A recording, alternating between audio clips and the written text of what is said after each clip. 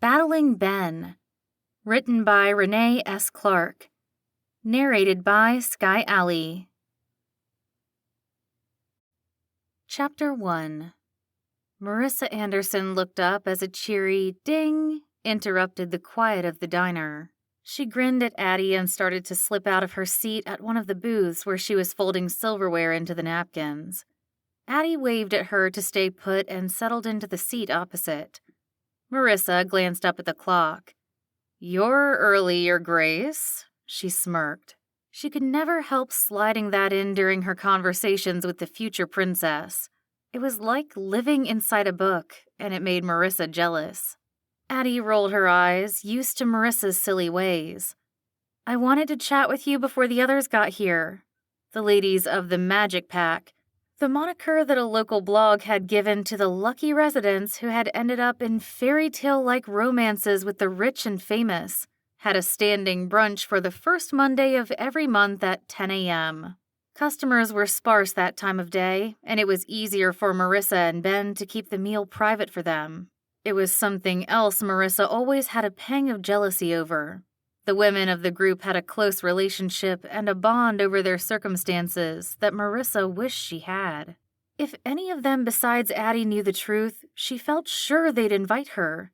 But sitting with them would give away too much, cause too many questions, and Marissa enjoyed her quiet life here too much to let it go. "Anything coming up?" Marissa asked, laughing to herself at the way Addie automatically joined in the work of rolling the silverware into the napkins. Addie looked just like she always did when she was in public, an image she kept tight control over. Put-together outfit that included dark skinny jeans, a crisp white button-up, and pointy-toed but sensible flats. Her purse matched the color of her navy blue shoes, and her hair was pulled into a low ponytail.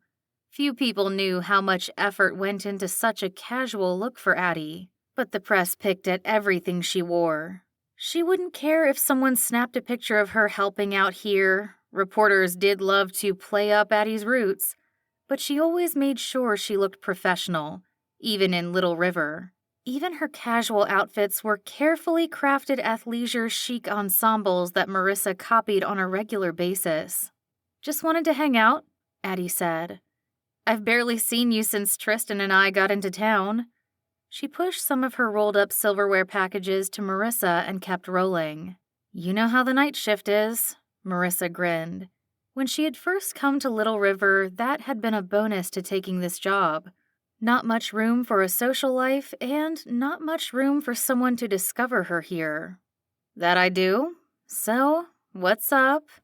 Marissa shrugged. "Work. Cozy dinners at that beautiful little cottage I live in. A lot of quiet time. I binged Spies last month, like you suggested. It was fabulous." Addie nodded. "And The Secret Project?" She lowered her voice, although there wasn't anyone in the restaurant to overhear her, except Ben working in the kitchen. Marissa wasn't sure what he was up to, given the lack of customers. She tried to ask Ben as few questions as possible. Their relationship was still rocky.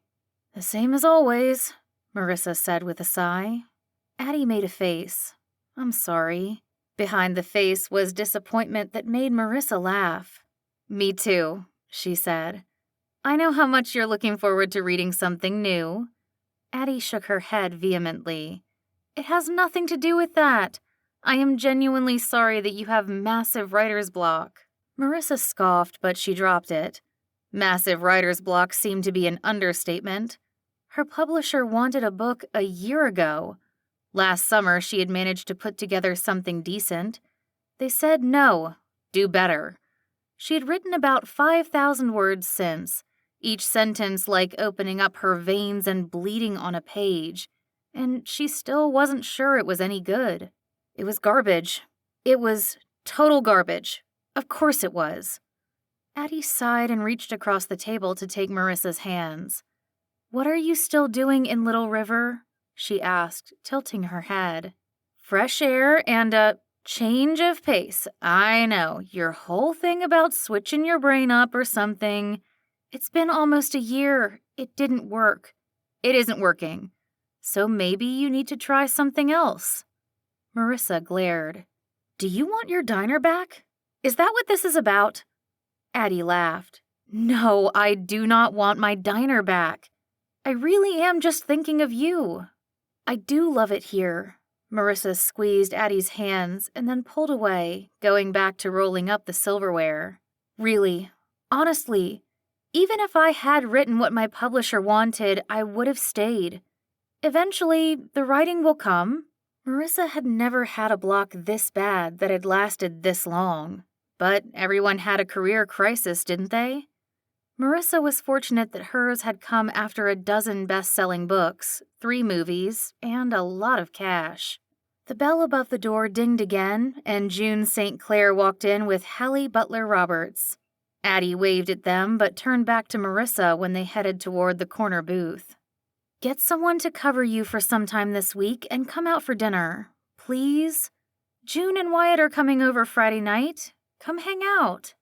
"Do you promise not to try to set me up with someone?" Marissa gave Addie a pointed stare. Addie meddled every so often, sometimes sending men into the diner to flirt with Marissa and ask her out, sometimes inviting someone along to hang out when Addie invited Marissa over to her and Tristan's house just outside of town. "If you're sure."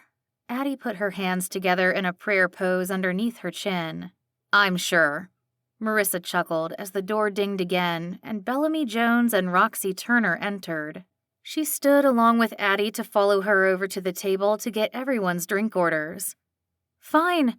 You're not doing your duty as a famous person in Little River, though," Addie said. Marissa couldn't help a snort of laughter. "Oh? Falling in love with a local?" Addie's tone held a lot of obviously. "I'll see you Friday, though." Of course. They arrived at the table in time to see Hallie hold up her phone to Bellamy and say, "Jonah finally let my chickens onto an episode." Hallie made a point to show it to Marissa as well, which Marissa smiled about. She trusted that Addie hadn't spilled the beans about her real identity, but her employer/closest thing she had to a bestie in town had likely talked her up. The picture was a screenshot of Hallie's character Calliope, holding a chicken while several others milled around her feet. "Adorable," Marissa said as she straightened. "Sounds like a great episode. What are we drinking today?" The women laughed together as they ordered a mix of waters and sodas. Marissa took the orders back to the kitchen, ignoring whatever Ben was making at the big island in the center and getting the drinks ready. The less he noticed her, the better. The last few months since Addie's wedding had seen a smoother relationship between them. Perhaps because the legality of Addie and Tristan's vows had made Ben see that Addie wasn't coming back. Or at least, his hopes had significantly diminished. Maybe because Addie had told him that even if Tristan ever did divorce her, she'd make sure to get enough money for a new restaurant in the bargain. Marissa had thought that was funny. Ben, not so much. It did not help that Ben's brooding look and the ever-so-slight glare she sometimes caught directed her way was downright sexy. His eyes had just the right amount of unknowable darkness to make him seem... She stopped herself. Ben was not a hero in some fantasy romance. Unknowable darkness. That was good, though. For a fantasy romance hero, not a guy who ran a diner and drove Marissa crazy.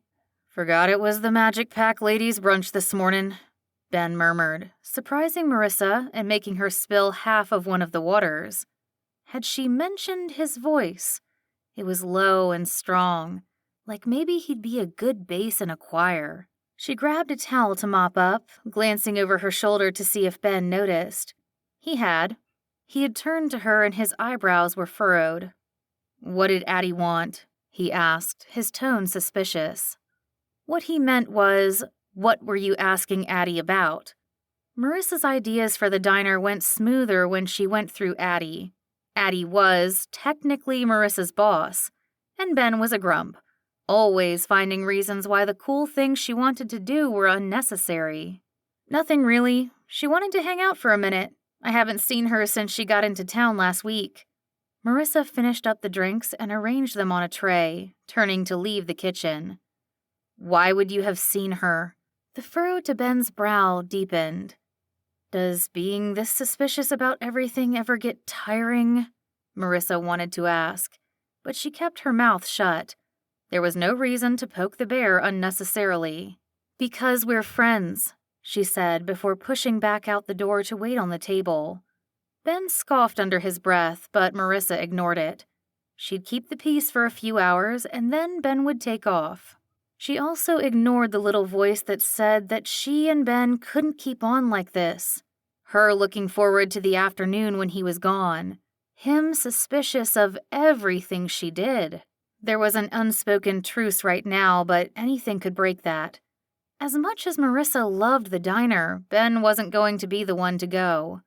He loved this place so much he had tried to talk Addie out of her relationship with Tristan, and Marissa could still sometimes pick up on his worry that without Addie, he might lose his family's legacy. She wasn't sure how Ben didn't realize that Addie would never allow that, and being married to a man as rich as Tristan made it that much easier for her to make sure of that. Marissa didn't need this job. She could walk away any time. It wasn't hard to pull her smile back on when she caught sight of the women at the corner booth.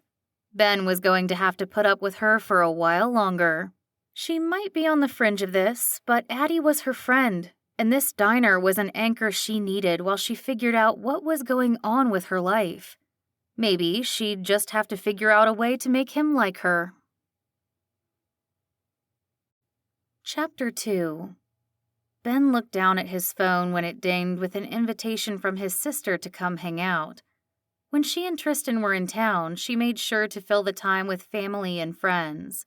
Mom and Dad weren't due back to Little River for another 3 weeks, so family meant him. Their house at the foot of the mountains would be filled with her friends, who, ever since her marriage to Tristan, included people like June St. Clair and Bellamy Jones. Though, to be fair, Addie and Bellamy had been good friends before all that, but they weren't Ben's friends. He didn't really have friends. He'd always been kind of a loner, and the diner life contributed to that. Going to bed by 9 every night put a damper on his social life, but he didn't mind. He'd always enjoyed the quiet. "Busy day at the diner," he excused in his reply to his sister. "Going to chill before going to bed." The dots announcing that Addie was typing danced across the screen for a full minute, so Ben expected a lengthy lecture about him not trying to get to know his brother-in-law when he could. "Okay, come over if you change your mind." That was it? She was letting him off with a short text?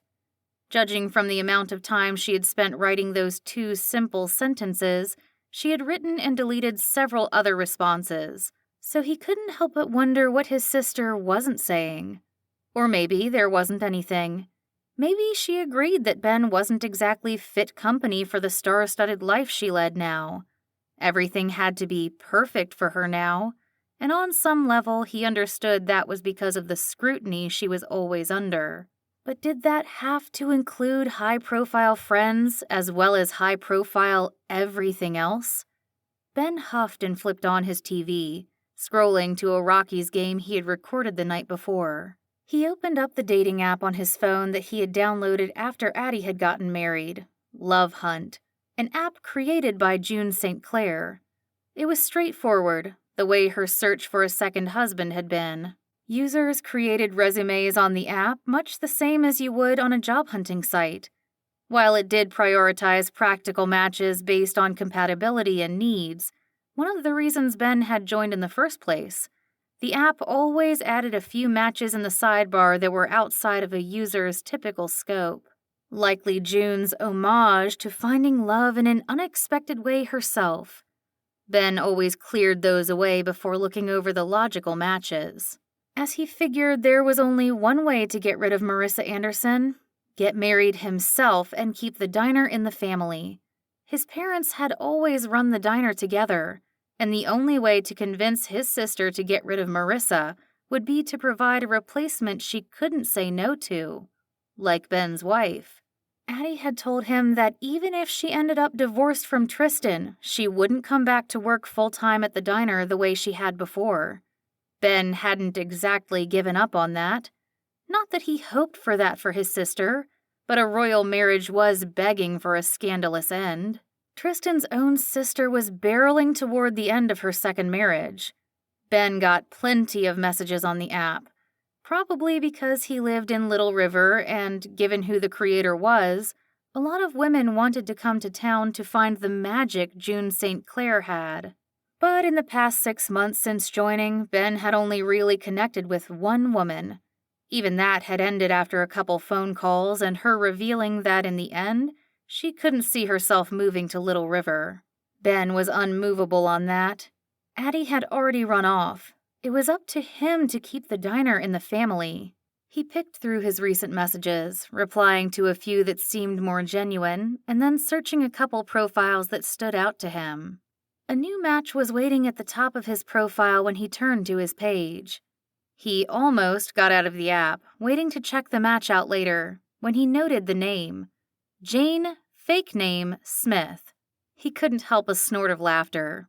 There was no profile picture, and Ben had to wonder if the details were fake as well. The reason the app matched them stood out right away. The woman's hometown was Laramie, Wyoming, and the 5-year plan on her dating resume included country life. He opened up a chat message. He hadn't had any connections in the last couple weeks, so what would he lose by seeing what was up with this woman? "Can't help asking," he typed. "What's the point of a fake name on a dating website?" He set his phone aside, focusing on the game, but turned when the phone dinged with the app's notification sound. "I should set an auto message. LOL. I'm here for research." He tilted his head at the phone. He should let it go. This was not the connection he was looking for, but he was intrigued. Isn't that why all of us are on here? Researching potential dates? She sent a laughing emoji. "I guess so, but I'm not looking for a date. Sorry." "Shocking. Your profile name made me think you were looking for something serious." He added a winking emoji so she'd know he wasn't upset over the exchange. Maybe she was onto something. Even the last few lines had been easier for him to type than any of his other conversations with women on the app. He was always thinking about how to say things correctly so he could be upfront about his relationship goals, and the fact that he wouldn't leave Little River without coming off the wrong way. Too forward, too stubborn, or whatever someone wanted to label him. Another laughing emoji popped up. "Sorry to lead you on. Before you go, are you really from Laramie?" He'd gone to the University of Wyoming, so he couldn't help wondering if she'd put that to get matches in Wyoming for her research, or if it was real. "The slim details in my profile are legit. I'm not out to catfish anyone by accident, but I haven't lived in Laramie for a long time." Ben should stop chatting with someone if this was going nowhere. She wasn't looking for a real match. "Beautiful country down there." "Agreed. Same to you. You've been to Little River?" Ben couldn't help the little swell of pride. "Yep. You'll think I'm just saying this to get on your good side, but I've been eyeing Little River. I'd love to retire there." Retire?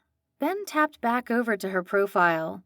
She had said the details were real, but had he missed that he was chatting with a 60-year-old woman? Nope, her age was listed as 29.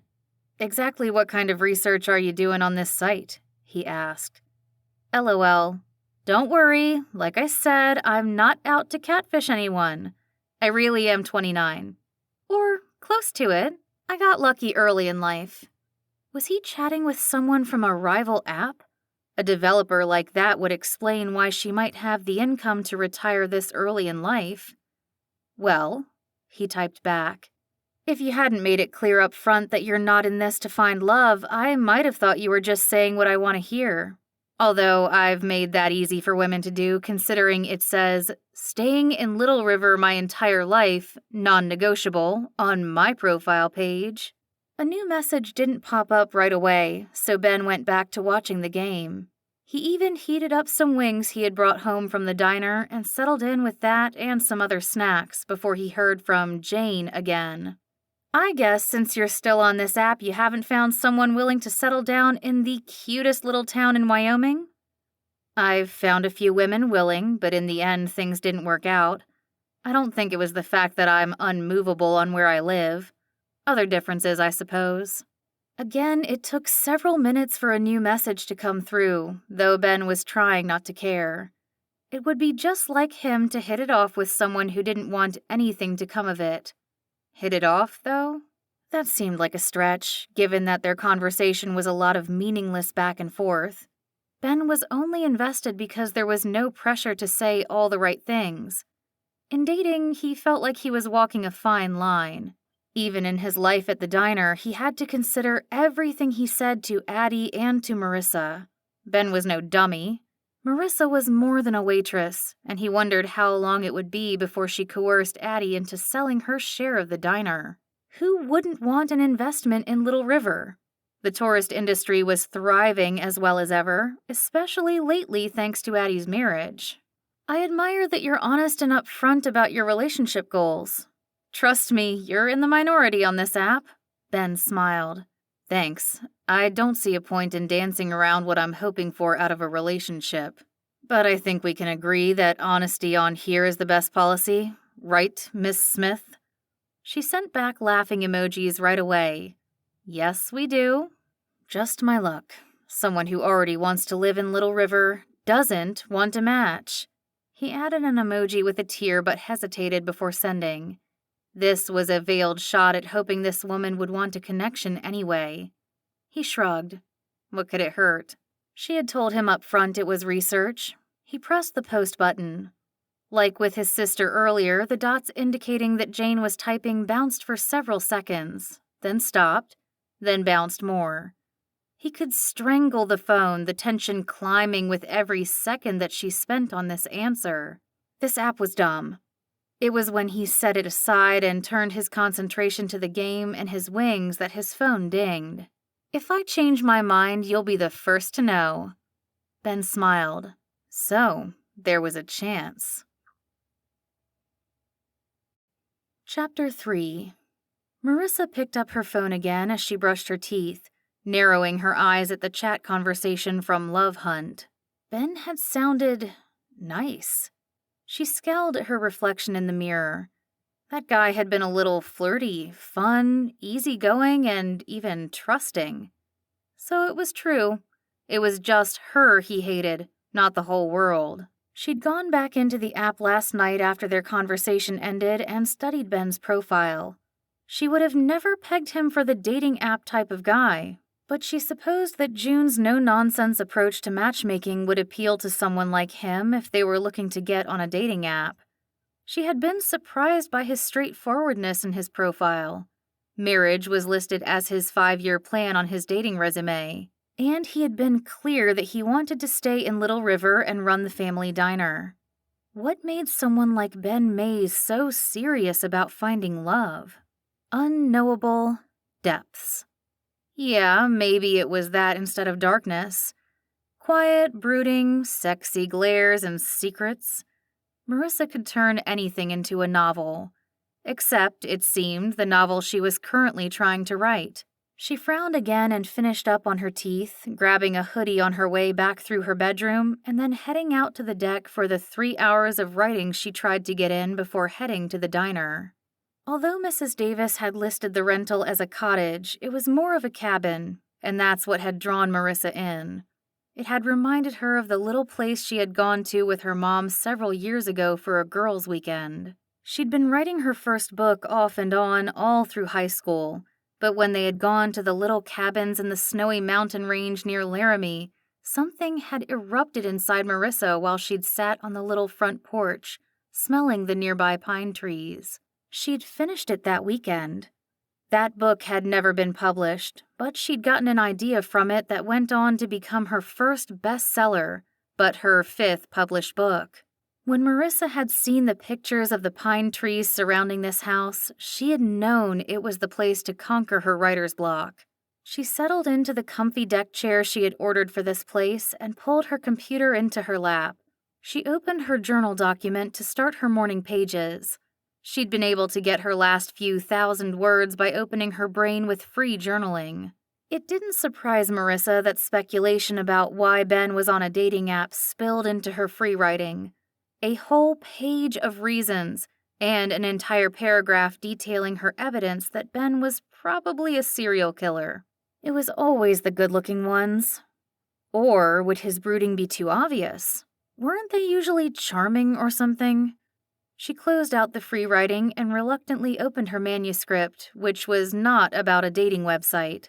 Her response to Ben that she was on the app for research was loose. Character profiles had never been a problem for her in the past. Her characters were people that sprung to life in her mind, and imagining their lives, their quirks, their jobs, and their pet peeves came naturally.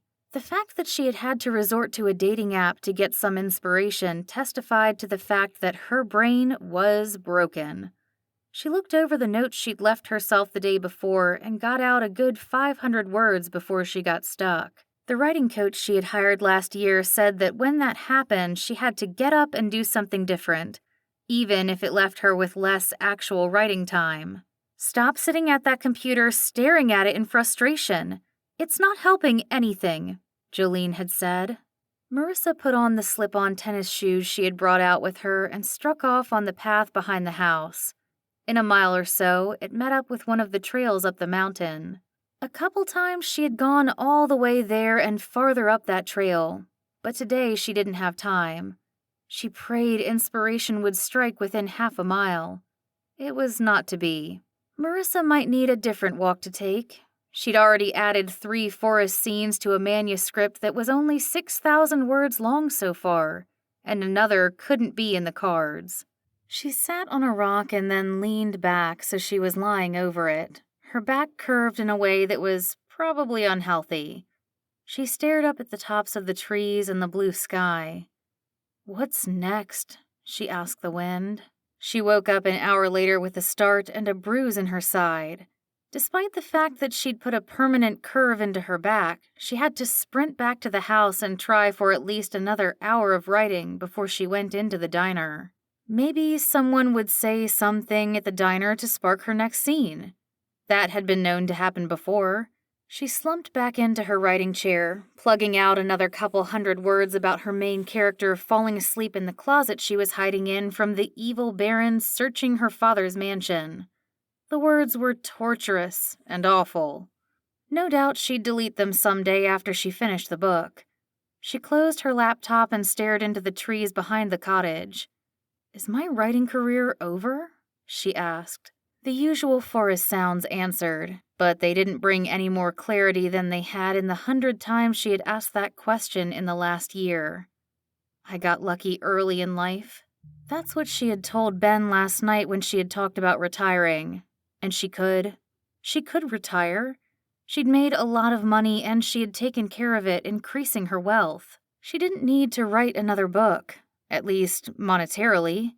Maybe her publisher would insist, sue her for it or something.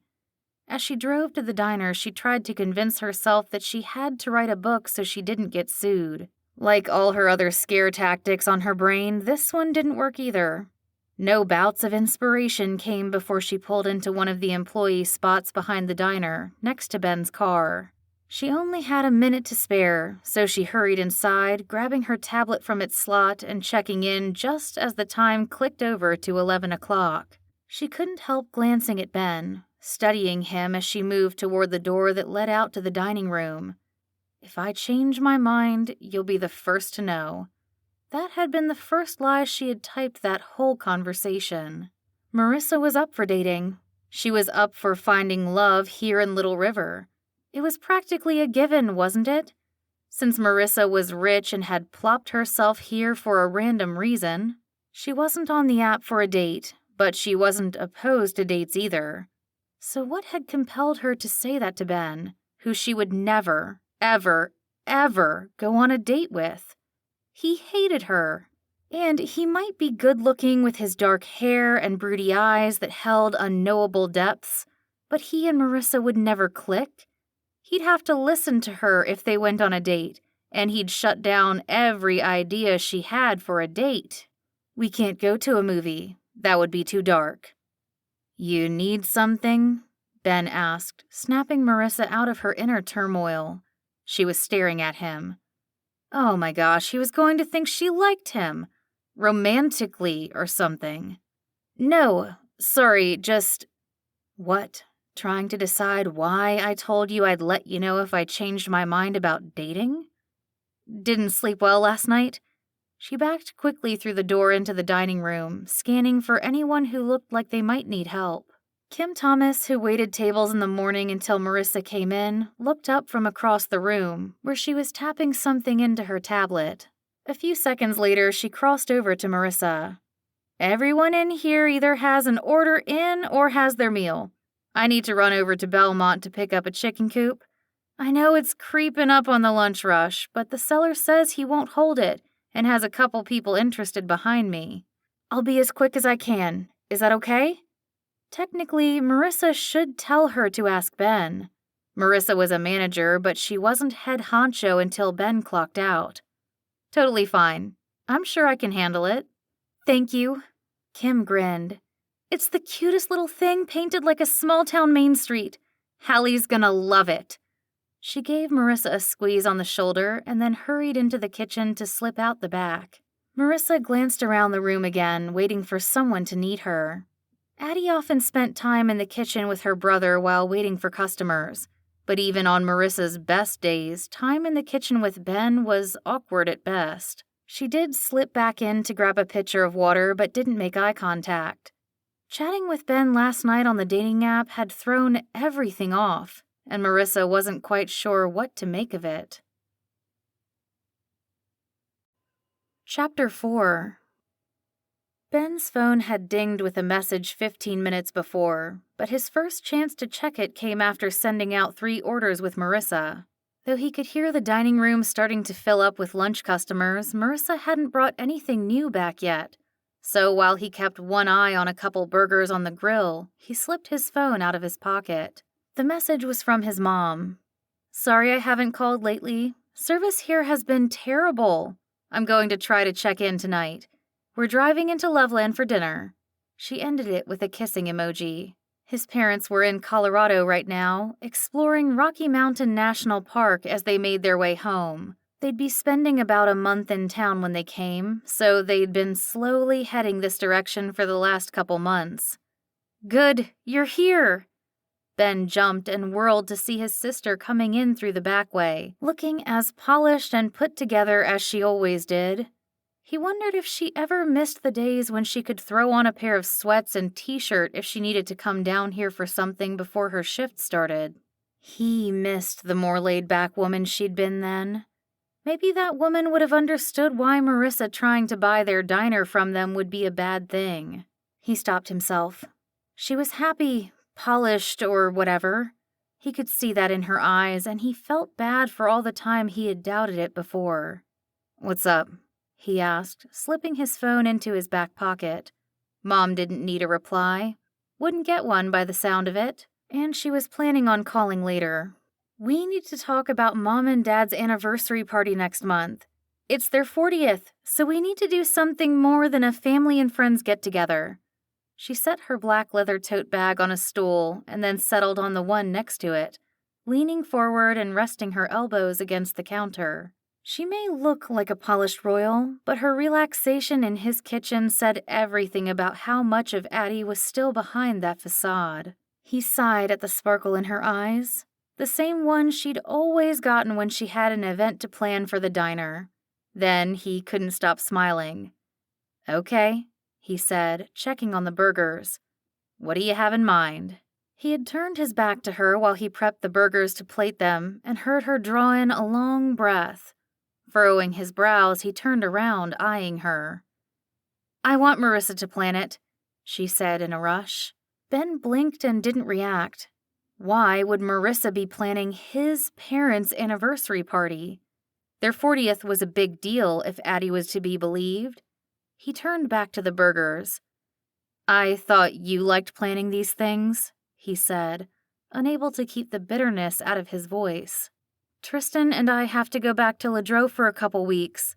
There's a fundraiser and some other events, and Alice is getting back from her retreat." That's what the royal family was calling Tristan's sister's stay in a mental health treatment facility. He wanted to laugh every time it came up. It had taken months to convince her, and he couldn't help but wonder how much good it would do if no one was honest about why she was there. Anyway, Tristan wants to see her and check in, you know? See if it worked, Ben said. Ben, Addie hissed. He turned to see her looking around.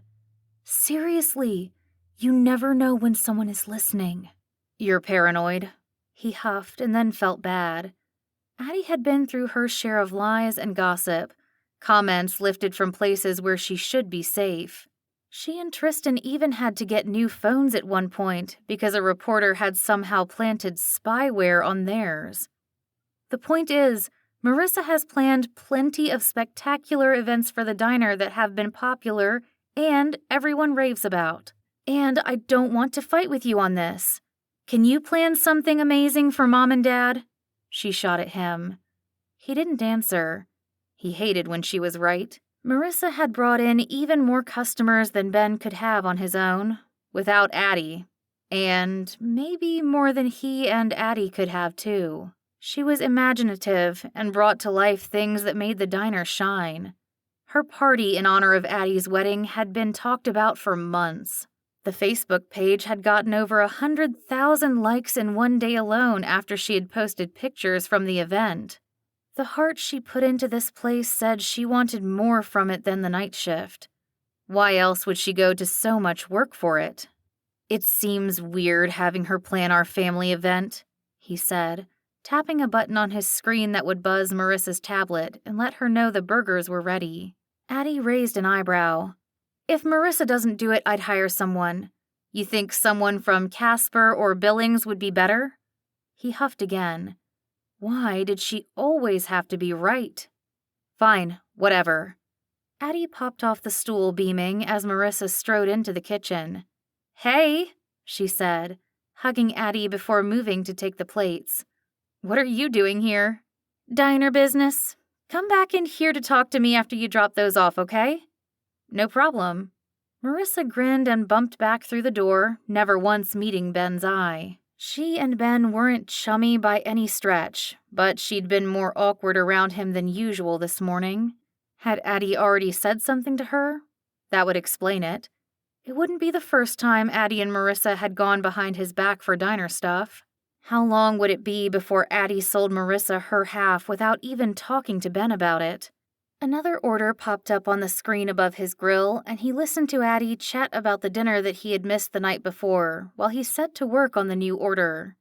June's old assistant was in town visiting, and Addie thought Ben really should have met her. He found himself wishing again that he had a chance with Jane from Laramie. He couldn't help but think it would solve a lot of problems. She had been fun and easygoing, chill about moving to Little River, was already planning on it by the sounds of it. And he could officially send Marissa packing when he had a wife to run the diner with. Not that he planned on making his wife take the night shift like Marissa did, but he assumed they'd work out all those logistics later.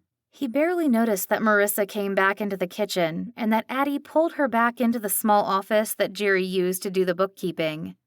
Of course, you know I'm happy to, he heard Marissa say, excitement in her voice. She'll do a good job, he told himself. With Addie jetting back and forth between Wyoming and Europe, they didn't have much of a choice. Ben reached for his phone thinking about Jane. He wanted to message her again, figure out some way to convince her to give him a chance. Maybe he should ask if she was married or in a serious relationship, just to make sure that wasn't what held her back. He'd message her again tonight. Low-key, not too pushy. Maybe Addie could even help him come up with a strategy.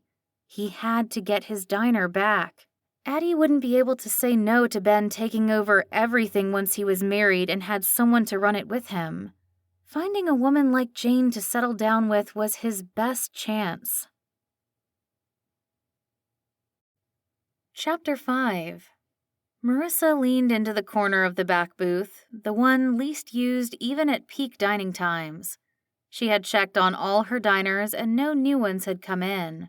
It was Tuesday, one of the slowest days of the week. Plus, Hallie's new show was on Tuesday nights, and pretty much all of Little River stayed home to watch it. Last month, she had talked Ben into doing a takeout special for Tuesday nights in honor of Hallie. It had done pretty well, and the delivery people in town had been in and out all night. Addie had gushed over how well they had done for Tuesdays, and even Ben had grudgingly nodded over Jerry's shoulder as they looked at the numbers. She looked up once more at the door, maybe willing another customer to come in so she wouldn't feel guilty about the 50 words she had typed on her phone since sitting down. She had a tablet with a keyboard in her purse in the back, but she didn't want to give anyone in this town any hints about her true identity. Not that they would guess that she was Brienne Anderson from seeing her type on a tablet, but it would lead to questions, and she didn't want to lie to keep her secret. Better they think she was addicted to texting. A notification popped up on the top of her screen from the Love Hunt app. She had turned the notifications on the night she was talking to Ben, and apparently she hadn't turned them off. Why had she turned them on in the first place? She set her phone down. The conversation with him had been intriguing. His banter was so unlike the man she knew at the diner that she couldn't help but keep it going to see what flirty thing he said next. And the conversation hadn't even been that flirty. She looked up at the door again. Even though she had checked on all her customers not 5 minutes before, she got up, stuffed her phone in her pocket, and made the rounds again before she sat back in the booth and opened up her mobile word processing app again. The knowledge of that notification made all the words fly out of her brain. Yeah, she was going to go with that. She opened the Love Hunt app and clicked on her chats. It was indeed from Ben. If this is too pushy, feel free to ignore me, but I've thought a lot about how fun our conversation was the other night. He'd added a cringing emoji and the one with the monkey covering his eyes. He emojied like her mom, and that was kind of adorable. There was another one right underneath it. I have to ask, are you married or in a serious relationship? She should tell him yes. Happily married with 4 darling children she was spoiling with all that money she had made and was now retired with. Then he would stop thinking about their kind of flirty conversation, and she wouldn't have to think about how appalled he'd be to find out he was chatting with the person he disliked most in the world. I'm not married or in a serious relationship, her fingers typed. Then they hit send. She had to hop up out of the booth again. She'd suddenly become twitchy. Why had she sent him that? Why was she prolonging the misery? Because say that this flirty thing they had going progressed, and say that they kept having flirty conversations. Eventually, he would want to meet her, right? Because it said right on his profile that he was looking to get married. She stopped by table 6. Does anyone need No thanks. The woman put her hand over the mouth of her glass, as though Marissa was going to force the refill on her. If I drink any more Coke tonight, I'll never get to sleep. Marissa looked hopefully at the man with her. He glanced at his own glass, still halfway full, and then at the woman. No thanks, he said. Marissa tried table 3, but the father who had brought his 3 little girls out to eat had his credit card and the tablet on the table, tapping out a tip amount. She shifted aside so it didn't look like she was snooping. Can I get you anything to go? She asked. Her phone buzzed and she hopped a little, then cringed at herself. We're good, thanks. The man smiled awkwardly at her, tilting the tablet a bit to ensure she didn't see what he was tipping her. She quickly backed away. She stopped into the kitchen, asking Jerry for a plate of fries to settle her nerves. The man had tipped her very well, so she wasn't sure what his deal had been. She retreated to her booth. She didn't bother with pretense. She opened right back up to the Love Hunt chat. Can we talk? Get to know each other? Maybe it will be good research, Ben had typed. Even though Ben was at home winding down and getting ready for his 9 o'clock bedtime, Addie joked about his early bedtime all the time. Marissa glanced back at the kitchen contemplatively. Maybe getting to know Ben like this wouldn't be a bad thing. He'd barely spent half an hour total talking to her since she had started working here.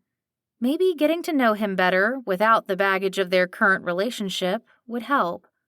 Plus, he was right. It was great character research. She stuffed her phone back in her pocket, even though she should be using this time to eke out words. She couldn't answer him without thinking the whole thing through. The tablet in her apron buzzed. Likely Jerry letting her know that her fries were ready. She'd consider it over fries, even though she should be considering her manuscript. Psh! Jolene was always telling her that she needed brain breaks. Coming up with a pro and con list on whether she should catfish Ben was the perfect break. Chapter 6. Ben pushed himself harder as he neared the top of the trail.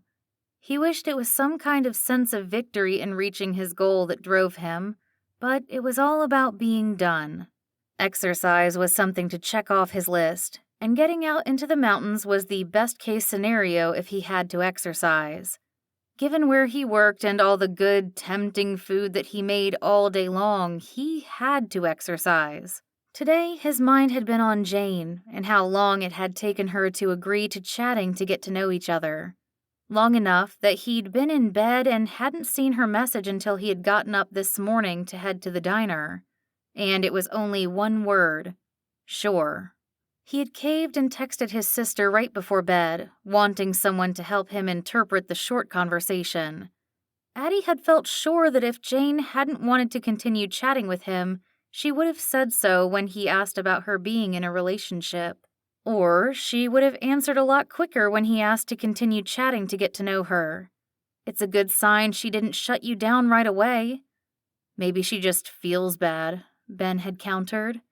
Addie had sent a shrugging emoji. Maybe, but your profile is clear about how you want a serious relationship only, and that you're set on staying in Little River. It's also possible she's taking that seriously in her answer. Either way, the fact that she's giving it consideration is a point in her favor, and yours. Yeah, he'd said to himself. Jane had said that Little River was one of her retirement considerations. He should have clarified in his message that there were no strings attached to his message. Just talking. Just getting to know each other. Was it possible she felt like there was a chance of more between them, like Ben hoped? He crested the top of the hill and jogged to a stop at the lookout area. The trail wasn't that high. Ben wouldn't be running it if it was. But it looked out on a small valley with a handful of roofs peeking out from the trees, some newer than others. The popularity of Little River meant more people seeking property up here, and the few gems people could find in the mountains went for high prices. Addie told Ben that June had suggested investing in properties if they could for rental or guest house income. Addie and Tristan had bought a few, and she had been thinking about the investment as well. The diner was doing well enough that he could consider it. His phone dinged with several messages. The lookout was high enough to get back into cell service after being out of it for most of the trail. He pulled out his phone as he walked around the lookout, not yet prepared for the jog back down. It was a group message that Addie had created between herself, Ben, and Marissa. He stuffed down annoyance at opening a text in there. It made sense that they all communicate, but he couldn't help the pinpricks of unease at Marissa being included in something that should be between family. As he looked out at the cabins below him, he wondered if she thought of the diner like any other investment property in Little River. But it was so much more than that to him. No amount of money would make him give up his family's legacy. Can we set a time next week to meet up and talk about Marissa's ideas for the party? Before Tristan and I leave town? Addie had texted them both. Let me talk to Mrs. Roberts and see which night she could cover for me, Marissa said. Addie had sent a thumbs up, and about an hour later, Marissa had replied. She says she's good for whatever night we need. Ben checked his calendar before responding with the 2 nights that were best for him, then turned his music back on and headed back down the trail, pondering what he was going to ask Jane first. By the time he got home, Addie and Marissa had suggested a date and time, and Ben agreed, adding it to his calendar. He stayed in his shorts and t-shirt but switched out his trail running shoes for a pair of regular tennis shoes and headed over to his parents' condo. When they had decided to buy their fifth-wheel trailer and tour the country, they had sold their house to Addie and downsized to a one-bedroom place in a new retirement community in town. He checked in on it every couple weeks while they were gone, and he wanted to make sure everything was good for them to come home next month.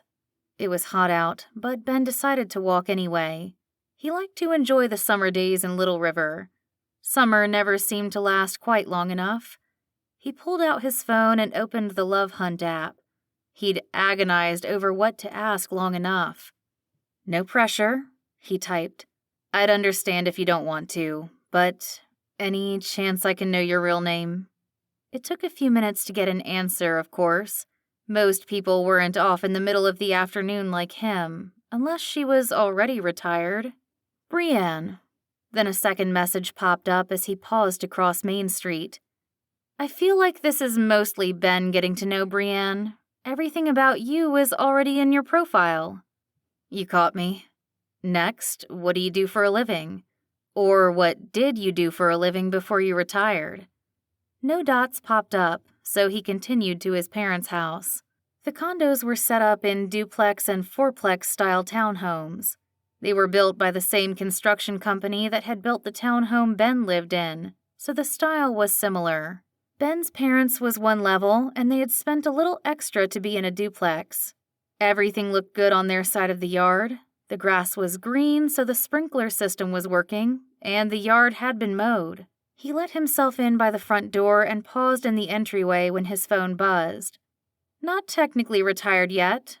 I'm a writer," Brienne had written. If she was retiring at such a young age, that meant she had done well. Really well. "What do you write?" he asked. Dots bounced across the screen and disappeared for a minute or so. Ben didn't think it was that difficult of a question until she said, "I'm not sure I want to say." He grinned. "Romance, then. The dirty kind?" "No," she answered immediately. Then, "Not that there's anything wrong with people who write books like that. Romance is a best-selling genre. FYI. Made billions last year. Billions. With a B." Ben sent multiple laughing emojis so she'd know he was kidding around. "I never said anything was wrong with it." "You implied I'd be embarrassed to write it." He dropped onto the couch in the front room and clicked out of Love Hunt, going to a browser and heading to the Amazon website, filtering his search to books and typed in Brienne. His eyes widened when the top name came up. Could he be chatting with Brienne Anderson? Addie loved her books. They had made at least 3 into movies, and at the last dinner Addie had gotten him to come to, she'd been talking to Hallie about another one being optioned. Hallie had all the details, so Addie was hanging on every word of insider knowledge. He swallowed. No wonder she was on some dating app under a fake name. How many people would be pinging her profile if they knew who she was? "Let me guess," he messaged when he got back into the Love Hunt chat. "You write historical fiction." "How did you know that?" He chuckled. "Amazon search and some deductive reasoning. Also, my sister is obsessed with your books." The dots danced for a lot longer this time before the answer came through. "Can we backtrack so I can pass on the part where I tell you my name? Or what do I do?" Ben smiled but sobered up. He should have never pushed her to get to know him. Yeah, he'd assumed that Jane hadn't wanted a relationship for way different reasons than being famous, but he should have respected it despite his assumptions. "We can stop chatting, and I'll promise not to say anything to anyone. Cross my heart. I shouldn't have pushed when you made it clear you didn't want a relationship. My only excuse is that it didn't cross my mind that your alias was for your safety." There was no immediate answer and no dots, but Ben tried not to read into it. He got up from the couch and began walking through rooms, focusing on the kitchen and the bathrooms, making sure nothing was leaking. Everything looked good, so he headed back out again into the warm day. He was almost back to his house before Brienne answered. "No, you asked politely and I said yes. This just isn't a scenario I imagined happening. I enjoyed our conversation too. So I have one caveat if this continues." "Name it," he replied.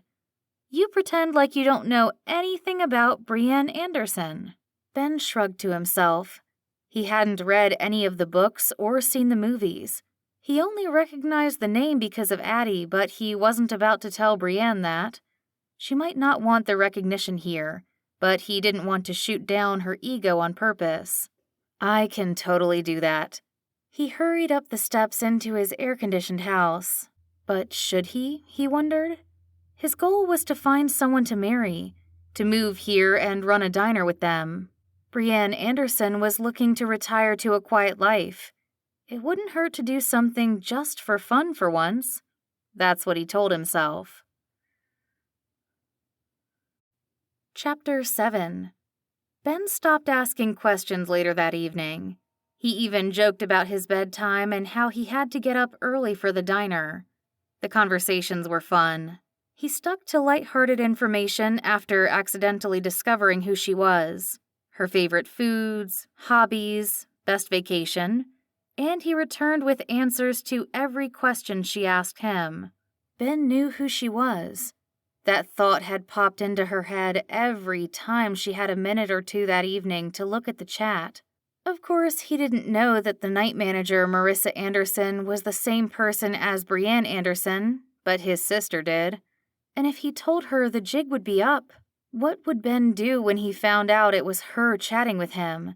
That he was confessing to enjoying conversations with her, Marissa. He already thought she had an ulterior motive to everything she did here at the diner. He'd read way more into this for sure. She plopped back onto her bed at the cottage and stared at the ceiling. What had she gotten herself into?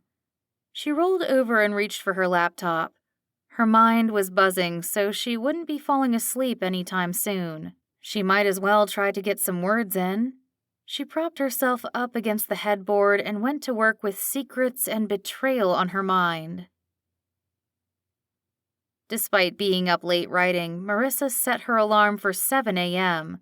For the first time in weeks, she'd written down a page worth of bullet points for the next few scenes.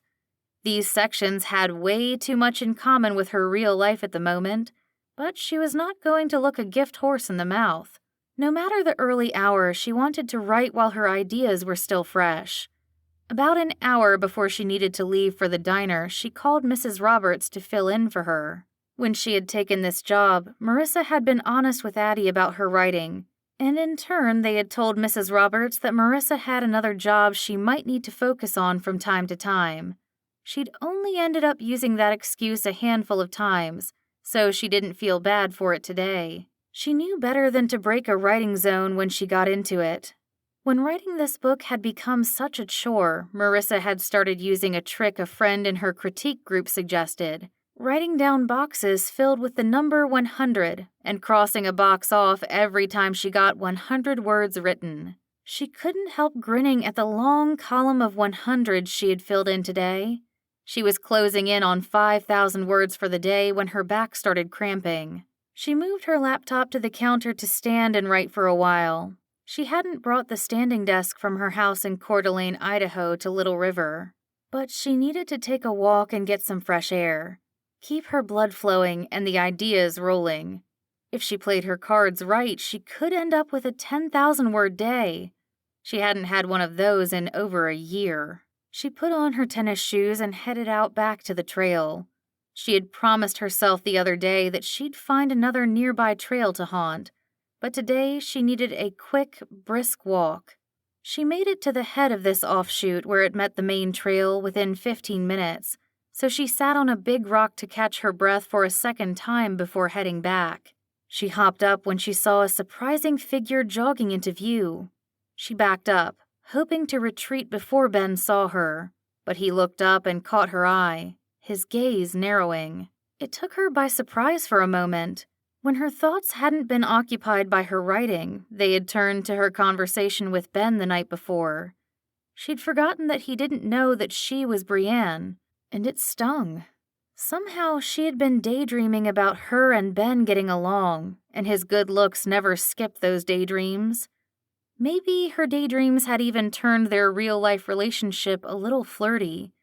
This imagination of hers was too much sometimes. She nodded at him, taking another step back, but he slowed as he approached. "Hey," he said, studying her. "I thought you were sick." She didn't miss the suspicion in his tone. No. I guess I assumed Addie had told you about my other job?" "Oh, yeah." If possible, his expression turned even more skeptical. There was a moment of awkward silence while he presumably waited for her to explain. There was no way. He'd connect the dots in a heartbeat. She wasn't ready for his wrath when he discovered what she had done. "I'll be going in later to help Mrs. Roberts close up," she said instead. "Oh." He looked down at his feet, his eyebrows furrowed, spreading that sexy, brooding expression across his face, and Marissa desperately wanted to know what he was thinking. "You all ready for Addie's big meeting tomorrow?" Marissa blinked. She hadn't thought about that all day. Of course, she had several notebook pages filled with theme ideas and the details for them that she had brainstormed. She had done that a couple days ago when the words hadn't been flowing like they were today. "Oh yeah, totally ready." It didn't surprise her that Ben's expression turned skeptical again. She backed away another step before she blurted out something about how she was Brienne and she was cool.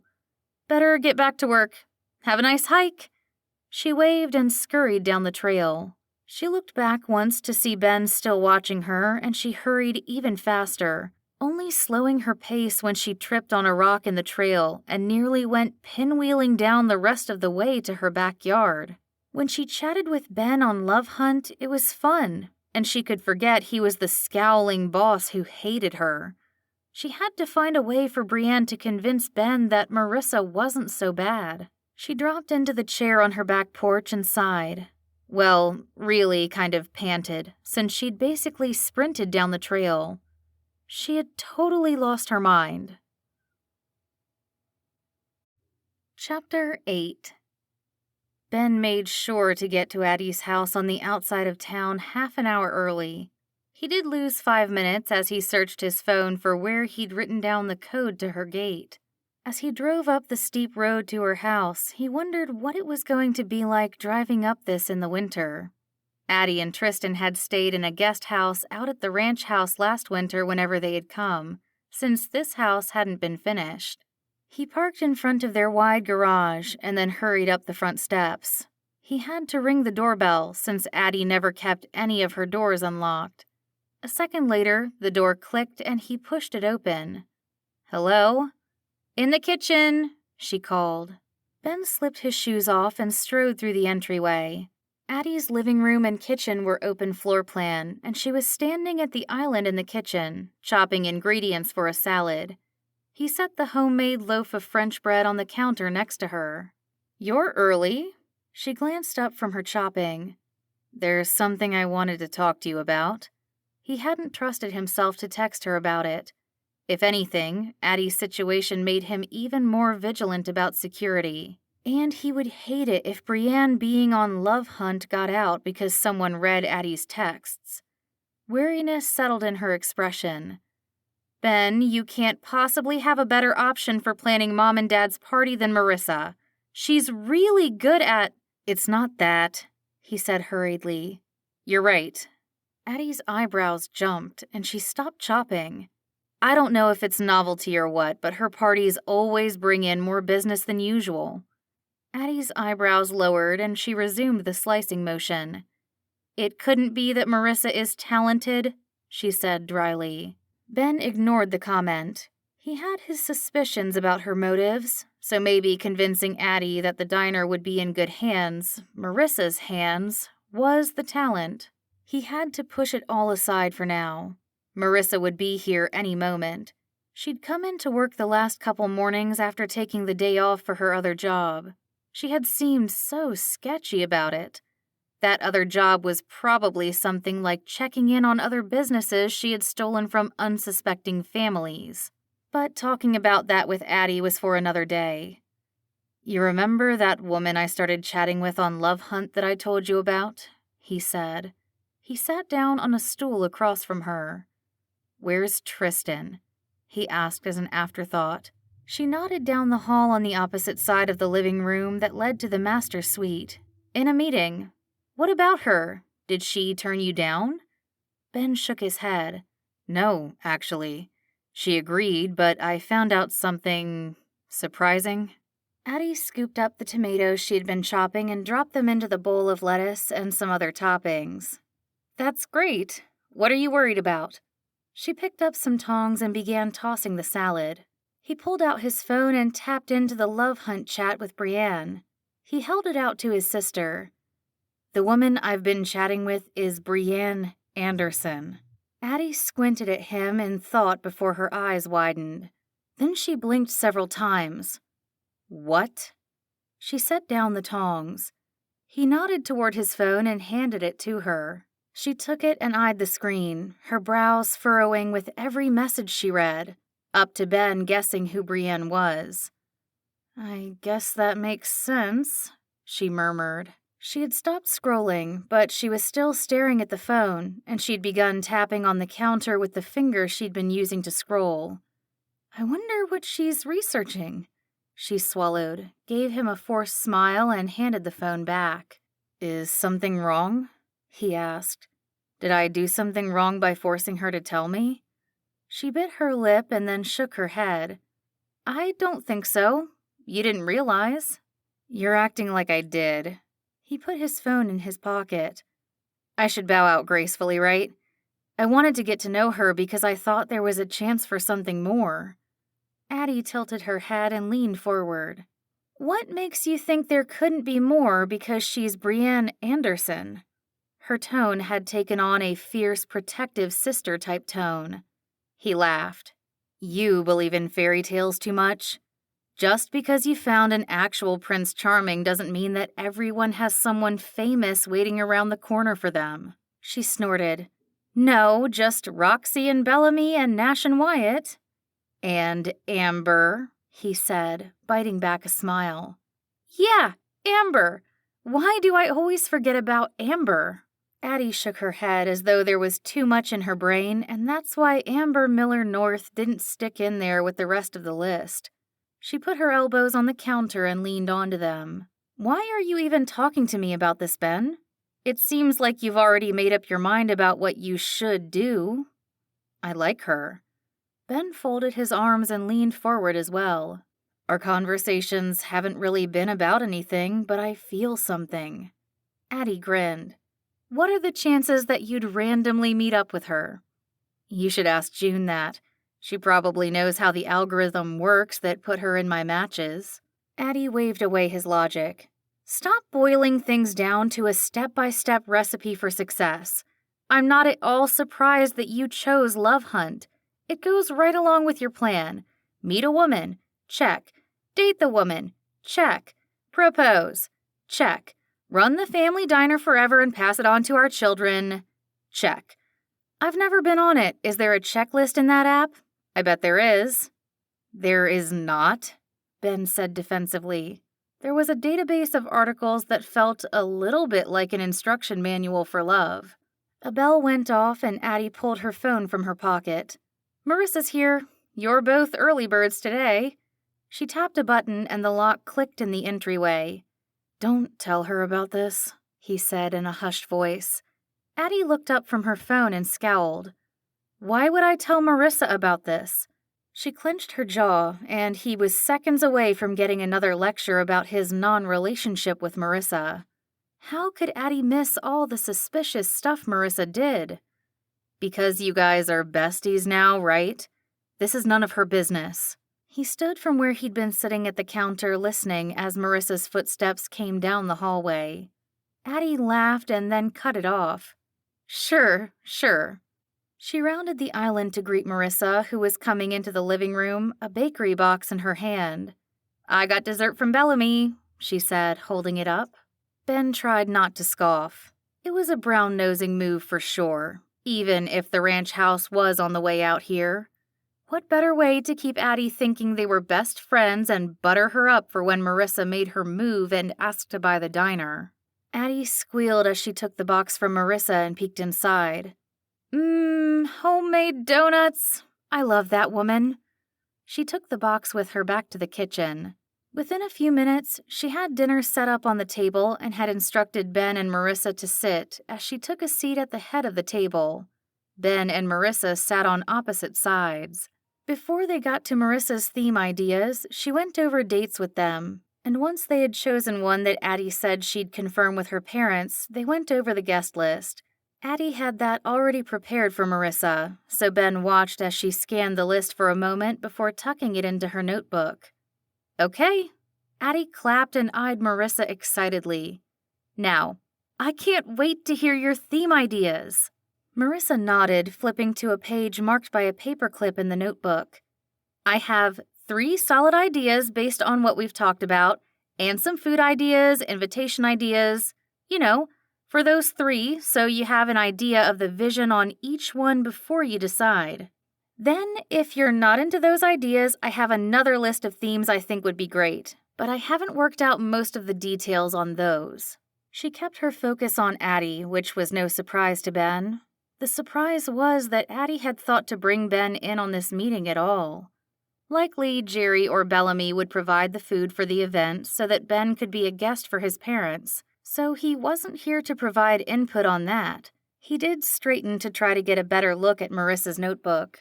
She had been so antsy when he had seen her on the trail earlier in the week that he was sure she hadn't done any work on it. But 3 solid ideas with details brainstormed already? Maybe that's what she had been working on the day she had skipped work. Not the mysterious other job she had, whatever that was. Drugs. She was probably selling drugs and Addie had no idea. The diner would be the perfect place. People in and out. Too bad it was so ridiculous. He'd love to see Marissa arrested and Addie admitting she'd misjudged her.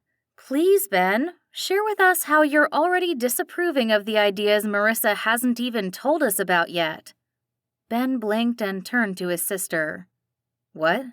You're already glaring at her notebook. Addie waved in the direction of his face. He tried to smooth it out.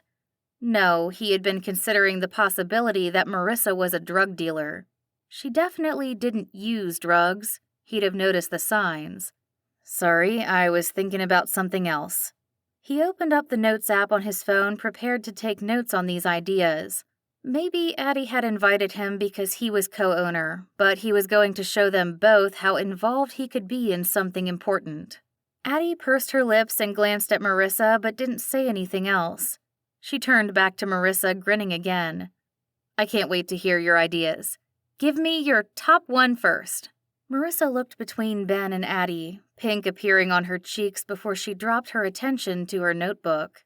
She had been more flustered around him lately, and he should feel bad for that. If it hadn't been for the fact that she was probably trying to buy his family's diner out from under him, he might have liked her.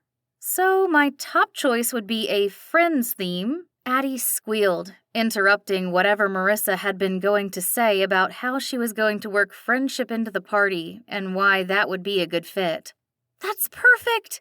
Oh my gosh, Marissa, she'll love it! She'll die! Ben stared blankly at the women. What was so great about celebrating friendship at a 40th wedding anniversary? Shouldn't it be more about love? Still, he nodded and typed in friends on his phone. After Addie had called him out on his scowl earlier, he couldn't be caught being angry at this idea that Addie found perfect for whatever reason. The pink in Marissa's cheeks grew, but this time she was beaming at Addie's praise, and she grinned right along with her. Ben supposed she did have a right to be excited about Addie going crazy over a half-baked idea she had probably come up with this morning. This was her best idea. I thought we could get the guests to dress up to a 90s theme, and the food could all be stuff from the show, like lasagna and quiche, and maybe we could even put in edible fingernails or something. Marissa kept talking, but Ben sat back, a lump dropping into his stomach. Friends, the TV show. Why was it making him angrier that Marissa's best idea wasn't some seat-of-the-pants thing? Marissa was still talking about decorations and party favors, and staging the diner like the set for Rachel and Monica's apartment. Both of them throwing out ideas, and Addie bouncing in her seat at everything Marissa said. Again, he was unnecessary. It took everything to take notes so that he could support Addie, and Marissa, he guessed, in throwing this party. But it proved that Marissa could put on an anniversary party better than anything he could have come up with. How could Marissa even know how much his mom loved this show? Ben! Addie's voice propelled him back into the conversation. How can you disapprove? He shook his head. I don't. Mom's going to totally love it. Addie's eyebrows furrowed. Then why does your face look like that? Have you ever considered that this is just what my face looks like? Marissa snorted with laughter and then looked back down at her notebook. He wasn't sure what to think of that. For a moment, he almost wanted to smile back, join her in the fun, but was she laughing at his joke or because it was truer than he wanted? Addie pshed and went back to discussing more details. Ben had watched along with their mother as much as Addie, so why wasn't he able to contribute more to this conversation? What if we did a wedding video thing that was pieced together like the opening credits of the show and used the theme song? He suggested, sounding more triumphant than he should have. Ooh, great idea! Marissa scribbled that down in the margins of her notebook, which he saw now was crammed with things that she and Addie must have been talking about.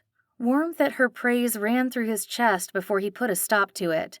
He wouldn't allow Marissa to con him the way she had Addie, even if her excitement was contagious and possibly cute. He mentally slapped himself. Marissa was attractive, but he'd read somewhere that beautiful people got their way more. He couldn't allow that to be one of her tactics, even if she didn't realize it. He could be immune. Perfect, Addie agreed, dishing herself some of the soup she'd set out. Ben followed suit, since eating would mean that he didn't have to come up with any more ideas. Not that either Addie or Marissa needed his help. They had the perfect theme for the party and all the ideas to pull it off. It was no wonder Addie didn't think Marissa was a threat to the diner. She had Addie wrapped around her finger. Chapter 9. Marissa watched as Ben walked toward his car, looking over his shoulder every few steps and scowling at Marissa and Addie. Now that she knew he could be nice and flirty, the scowl wasn't as sexy as she'd thought. Marissa had moved to leave the same time as him, but Addie had held her back, talking about the party and praising all the great ideas. They'd never even looked at the other two Marissa had come up with. Everything Addie was saying now was stuff she'd already told Marissa during their meeting. They stood on the steps, looking out over the view as they talked. It was gorgeous. Addie's house was up above the ranch house in the mountains. In the fading light of the summer evening, lights were starting to twinkle on in the town below. Addie stopped talking abruptly when Ben's car rounded the corner and drove out of sight, down the steep road that led up to the house. "You're the one chatting with Ben on Love Hunt?" she said, turning to Marissa. Heat jumped into her face. She sighed. "I can't believe he figured out it was me/Brienne. He's going to be so mad when he figures out that I'm Brienne. You didn't tell him?" Marissa should have guessed that he'd tell Addie about chatting with Brienne. She trusted that Love Hunt Ben wouldn't spread it any farther than that. But he'd been so different tonight than the guy she'd been chatting with that it was hard to believe that. What if one decision about chatting on an app with a guy who seemed nice ended up blowing her cover? She liked Little River. She liked not having to answer, "When is your next book coming out?" every day. "No, I didn't tell him. Ben has some weird prejudice against you." "Well, against Marissa?" Addie rolled her eyes, presumably over the way they were talking about Marissa/Brienne in third person. Or maybe about Ben's weird prejudice. "I only said we could keep talking because I thought getting to know Ben would help things." Marissa defended herself. "But the more I think about it, the more I think that he's going to blow up when he finds out that I'm Brienne Anderson." Addie pressed her lips together and looked out over the valley. Then she shook her head. I don't know what to tell you. I feel like I can't advise you on this based on the things Ben told me in confidence. More heat rushed into Marissa's cheeks. What Ben had told her? She had assumed that Ben felt some sort of spark between himself and Brienne. That was so dumb. She was Brienne. Ben was chatting with her. She was keeping things low-key, right? She wasn't leading him on.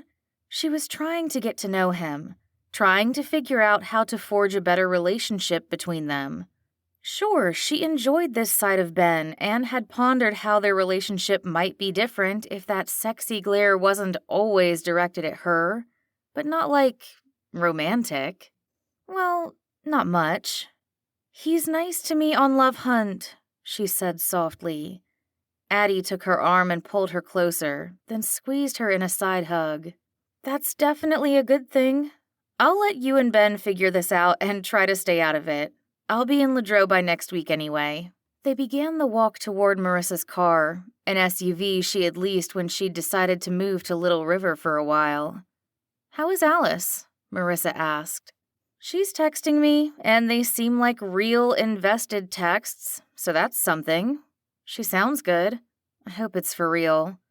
Addie leaned against Marissa's SUV when they reached it. You think she and Judge are going to make it? Marissa opened the driver's side door but didn't make any move to get in. I know I sound like I'm trying to get inside gossip. I promise I'm not. Addie laughed and shook her head.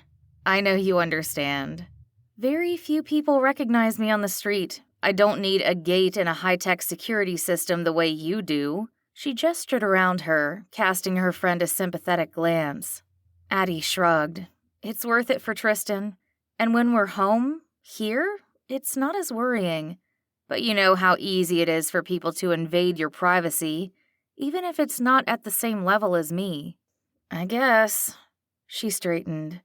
It seems like Judge really loves her, the way he wouldn't press charges when she broke his arm and stuck by her when Tristan and his family had to make boundaries.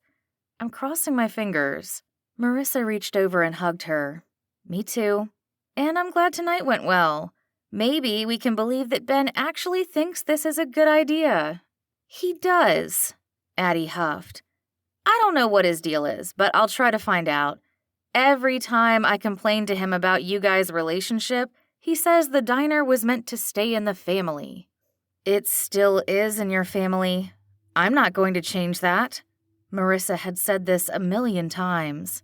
Maybe she should try saying it to Ben somehow. She just didn't know how to get him to listen. We'll make him understand, Addie said.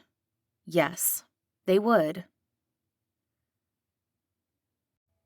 Chapter 10.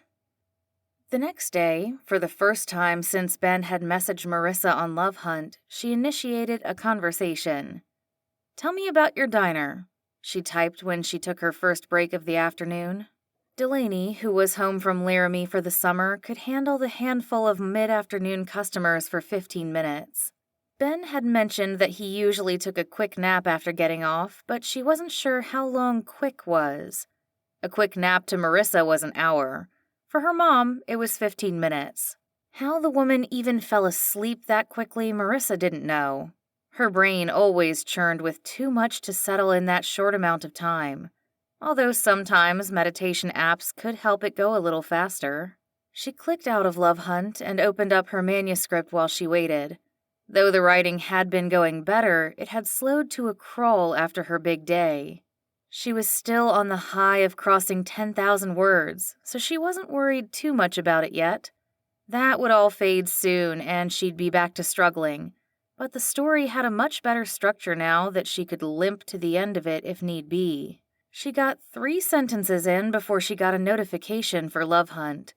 That wasn't to say that Ben answered right away. Those sentences had been tough to write. My great-grandparents founded it in the 40s. It's always been a hub in Little River, but that was mostly because it was one of only 2 restaurants in town. Taggart Dubois putting Little River on the map has been huge. Marissa had expected that kind of answer. It wasn't what she wanted to hear, but it would make asking about the people he worked with less awkward if they discussed the ins and outs of the business first. She didn't have to read his profile to know that this place meant everything to him. "I can read all of that on your website," she typed. "Tell me about your diner." She was back to work before her phone buzzed again. It was another half hour before she could peek at it. "It's my family legacy. And maybe you can read that on the website, but it really does mean everything to me. I've grown up working in it. I've planned on running it my whole life. I thought I'd do that with my sister, but that didn't happen." She didn't answer right away. Not that she had time, but she had to tread carefully here. When Ben did find out that she and Brienne were the same person, she wanted to have a clean conscience about the things she had said to him. As she took orders and delivered food and hustled around during the busy dinner time, she pondered over this disappointment. She knew from Addie that he had resisted her marrying Tristan and leaving their family business behind. He hadn't been able to comprehend how she could walk away. Now she could hear the sadness in those words. "I thought I'd do that with my sister." What would she want to hear if she found out she couldn't write anymore? She'd want someone to rage with her over how unfair it was. So that's what she ended up writing to him. "I'm sorry. It must suck to see your dreams end up being so different from hers." He answered right away. It was past 8 and the diner was still busy, but Ben would be winding down and getting ready for bed. What did he do in the evenings?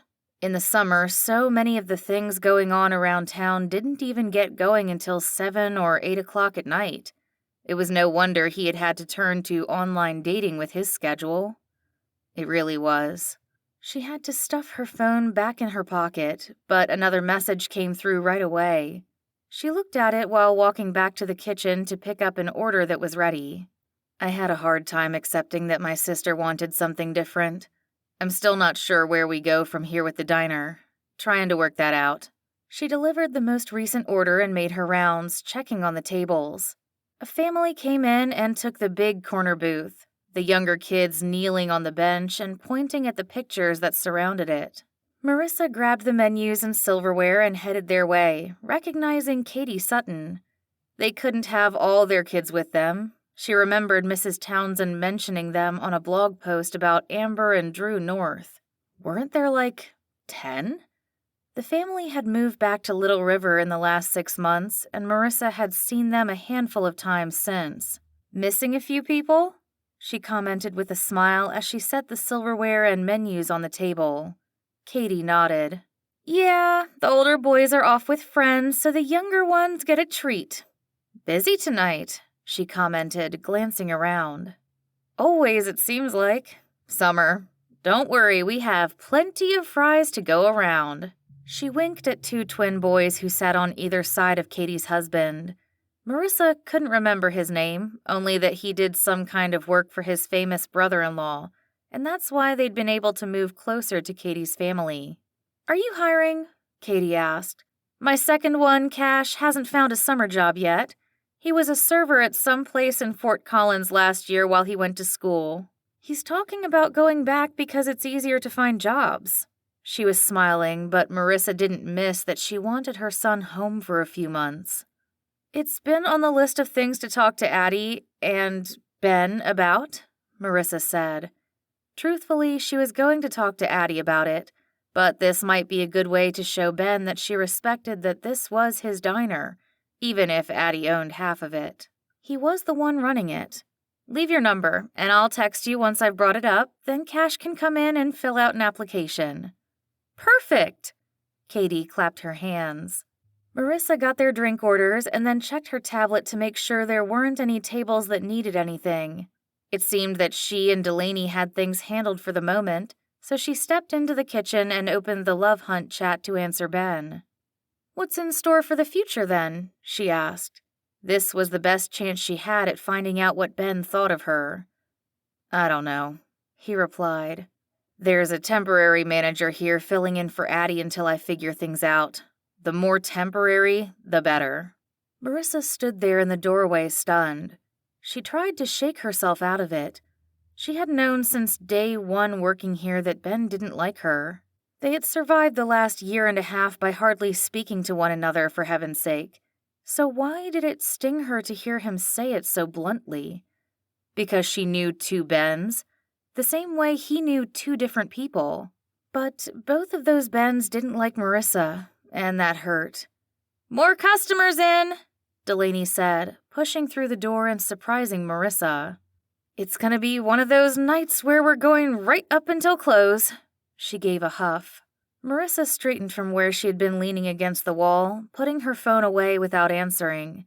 She'd have to say something. Something benign so Ben didn't realize he had hurt her feelings. But she needed to focus on customers right now, try not to think about how temporary she was to Ben. And of course, she was temporary. She was a best-selling author. Of course, she wasn't going to spend the rest of her life working in some cute little diner in a cute little town. So why was she trying with Ben in the first place? She'd said it was to fix their relationship, and one way to fix it would be for Marissa to leave. Let Ben choose someone he could run the diner with and not avoid each other at every opportunity. The idea of leaving swirled uncomfortably in her stomach, but that wasn't because of Ben. It was probably because she was scared she couldn't write anymore. She shoved away the thoughts and turned to Delaney. "Do you have big plans tonight?" Marissa asked, waggling her eyebrows. "Maybe." Delaney shrugged one shoulder and started laughing. She grabbed her order and disappeared back through the door. Marissa checked her tablet and saw that Jerry had marked 2 of hers ready and she had drinks to get. She had to shake herself out of this and get back to work. She typed out a quick, sympathetic message to Ben and pressed send, ignoring it when it buzzed again. The conversation could wait until she got off work. Chapter 11. Hallie Butler Roberts had rented out the diner for 3 hours on Saturday morning for a brunch for her cast members, so things were slow for a Saturday, leaving Ben time to straighten up in the back once everyone had their meals. Marissa, Delaney, and a woman from town who Marissa had hired to help out for the day were taking care of most everything out front.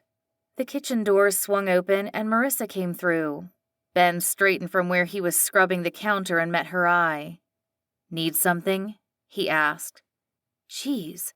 Of course Marissa thought he was a grump. That had sounded cranky even to him.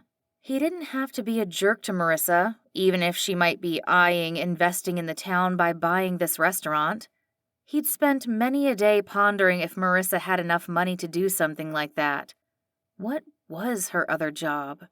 "Yeah, everyone is all settled up there and Delaney and Macy have it handled, so I wondered if we could chat for a second." She stepped closer to where he was working. Ben stilled. Marissa always ran her thoughts about the diner through Addie first. That probably came from him shutting her down more than once when she had first started working here. Her ideas had felt so out of place for his diner, but he had to admit at some point that those same ideas had made the diner more of a gathering place in Little River than he could have done on his own, especially with Addie gone. "Sure." He didn't realize the response had come out sharply until Marissa bristled, but she took another step closer anyway. "Okay, thanks." She forced a grin and Ben tried to relax. "So last night was crazy. Delaney and I could barely keep up. We're getting busier and busier as each week goes by. Would you mind talking to Addie about hiring some weekend help? That person could maybe even come in on weeknights when we get surprisingly busy, or on nights the town is holding events and we know business will be up." She let out a breath as she finished, like the words had been practiced. It took him several seconds to formulate an answer. Again, Marissa never brought stuff like this to him. His brain was stuck on the way she'd said "we're" when she talked about his diner. But he could recognize that was being unfair. Was Marissa offering an olive branch, or was this part of some plan to weasel her way further into his family business? Yeah, of course," he finally said. "Jerry did mention that business was up, even from last summer. Sounds like a fair request." He nodded, maybe too quickly, but Marissa smiled and it looked more natural than before. "Great, thank you.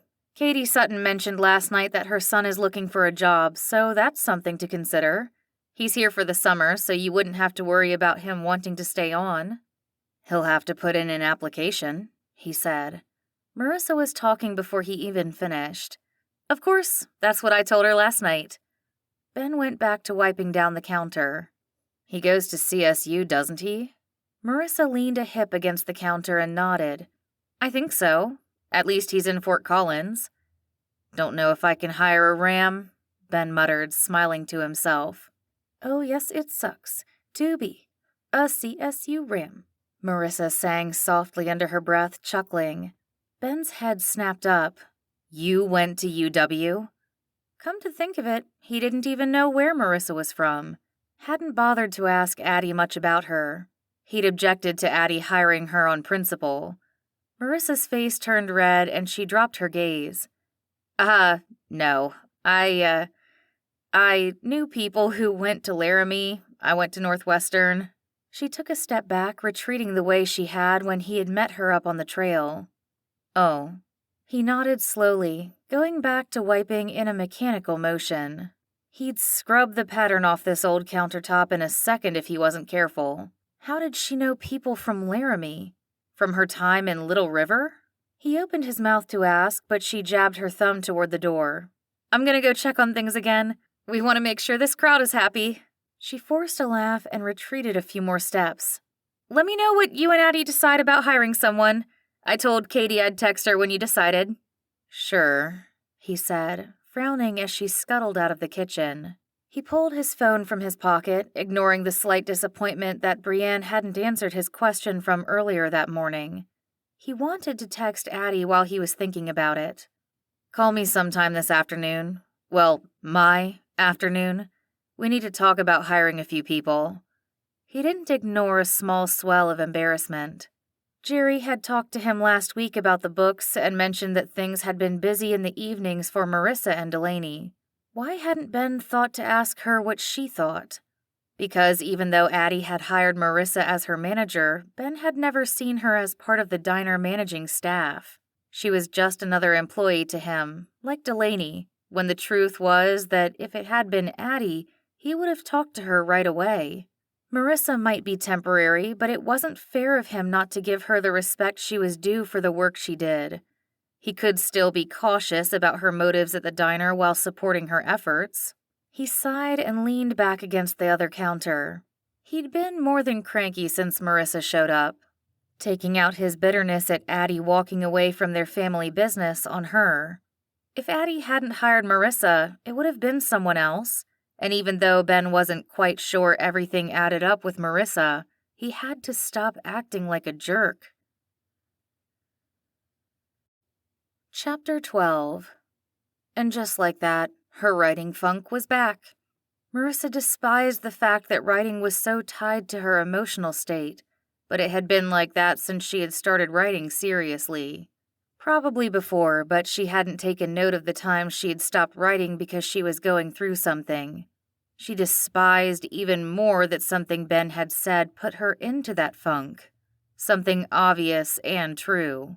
She was temporary. The more temporary, the better. Had she really thought that she'd work in the diner and write her novels on the side? This block was going to pass. She was going to have to go back to writing full-time. She couldn't work afternoons and nights at a diner when she got her mojo back, and she had always known how much Ben disliked her. So it shouldn't matter to her even a little bit that he had voiced out loud, or, well, typed out loud, that he wanted her gone as soon as possible. She shut her laptop and got up from the deck chair, taking her laptop inside before coming back out with the notebook she'd been using to plan the anniversary party. She made a list of things she needed to talk to Ben about.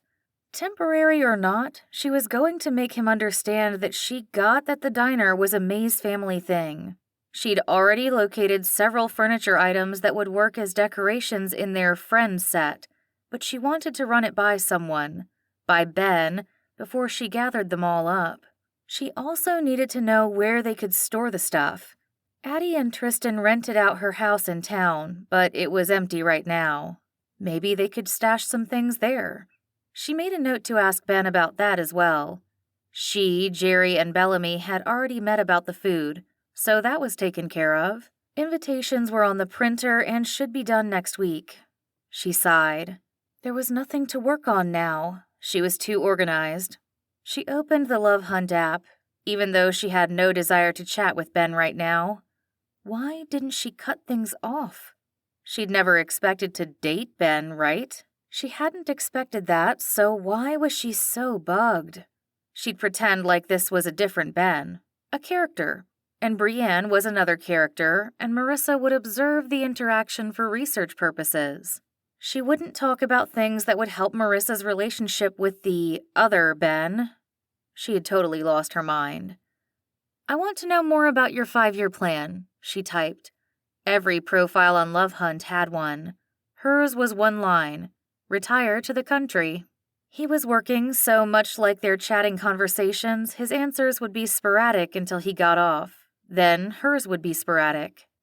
Do you know that they call the famous people that have come to Little Bear and fallen in love the Magic Pack?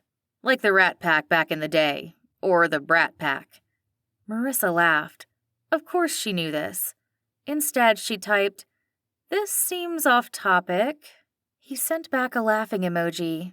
It's an introduction. Stay with me. Did you also know that most of the Magic Pack came to Little River and stayed?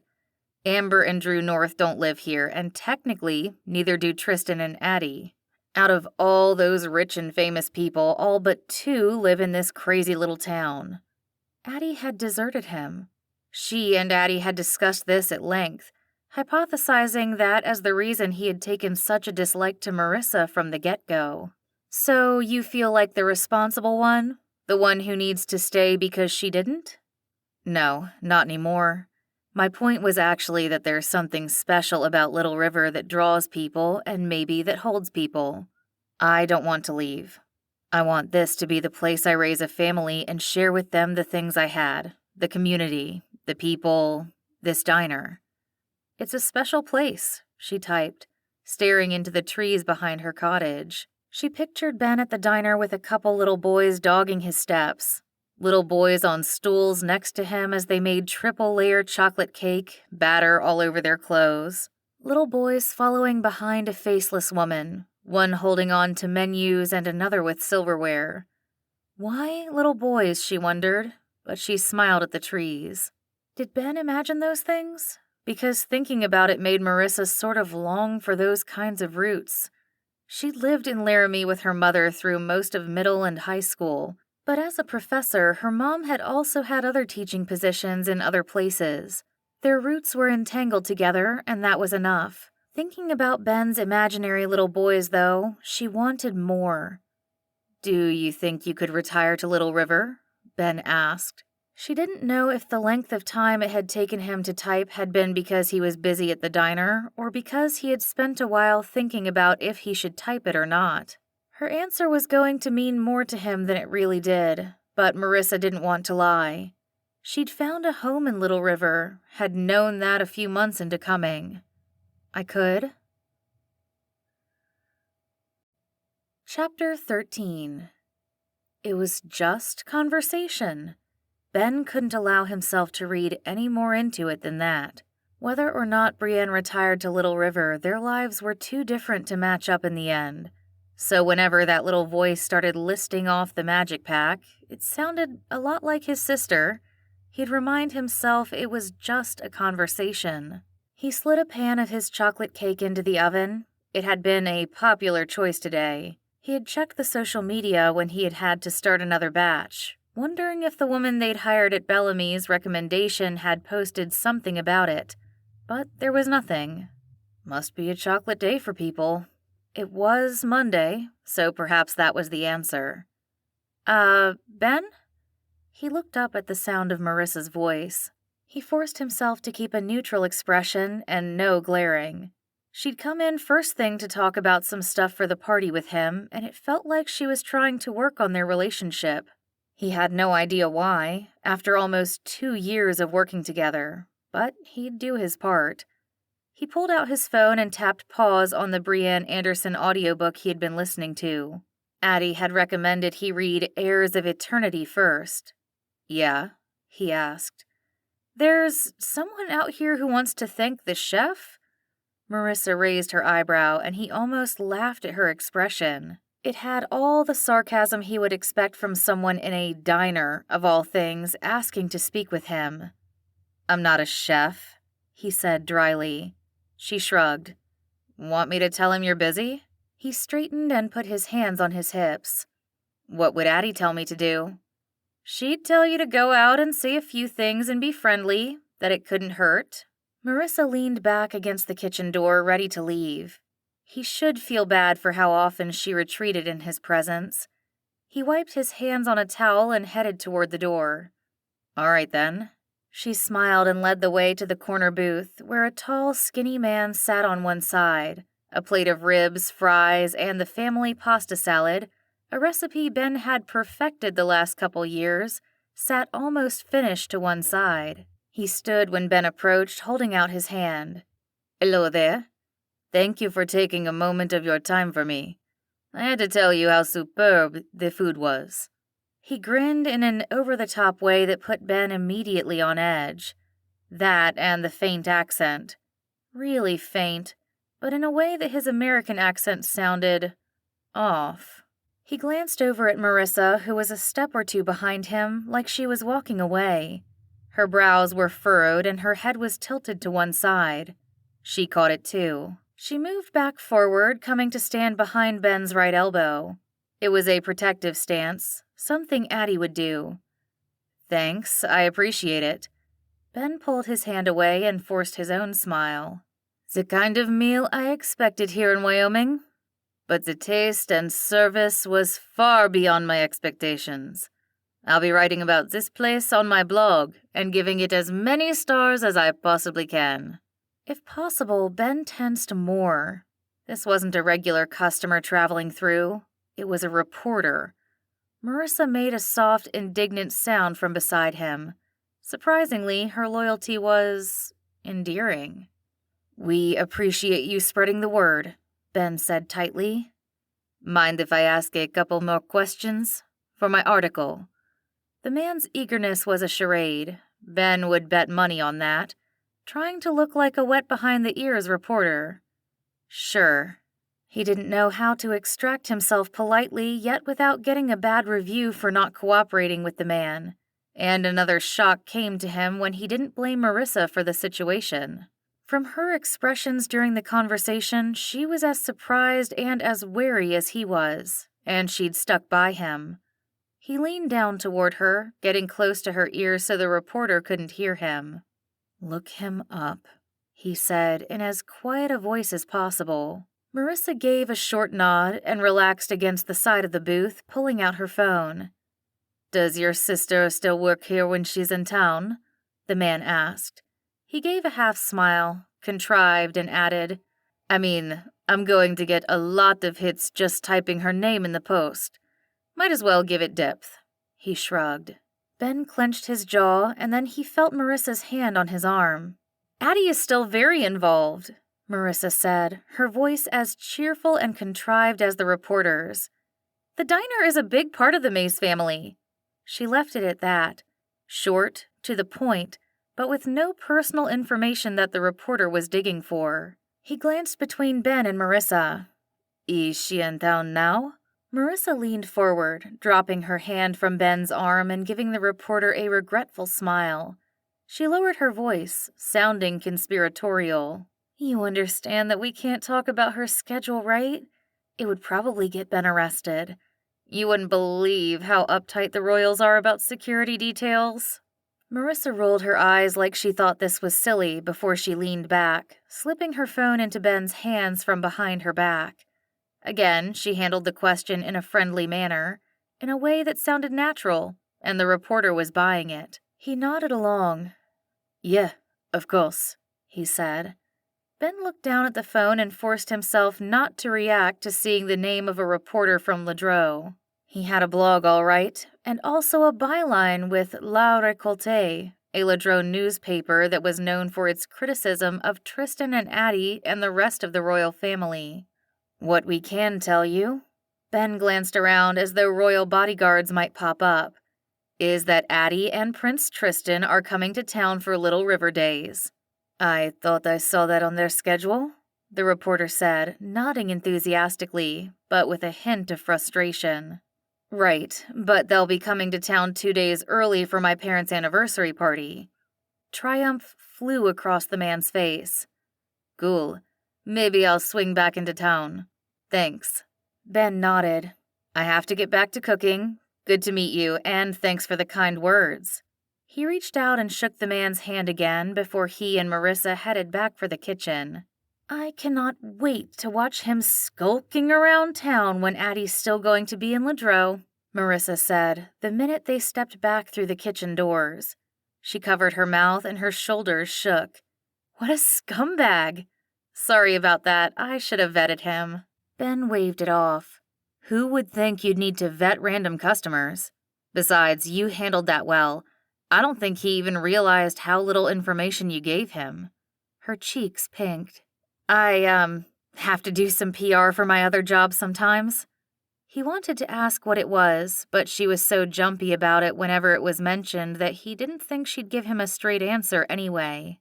Why was that? She'd handled the reporter so well that Ben turned his thoughts from drug dealer to something more like what June did, handling high-profile clients of some kind in the background of their day-to-day lives. If she did consulting, it would make sense why she could live in Little River and also work a side job. Why she might not rely on the income working here. Thanks for the help. He hadn't stepped away from her yet, and he noticed that somehow she didn't smell like fries the way he always did. She did more work in the dining room than he did, so maybe that was it. He'd caught the scent of something flowery when he leaned over her, and he could smell it now. Of course, I would never let someone take advantage of you or Addie or any of your family. Looking down at her the way he was now, her genuineness struck him. She meant that. Thanks. He smiled at her, and the pink in her cheeks deepened. She was more than attractive. She was really pretty, with sparkling, wide brown eyes that caught him off guard. Her tablet buzzed in her apron pocket, and he jumped away, embarrassed that he was standing close enough to realize that.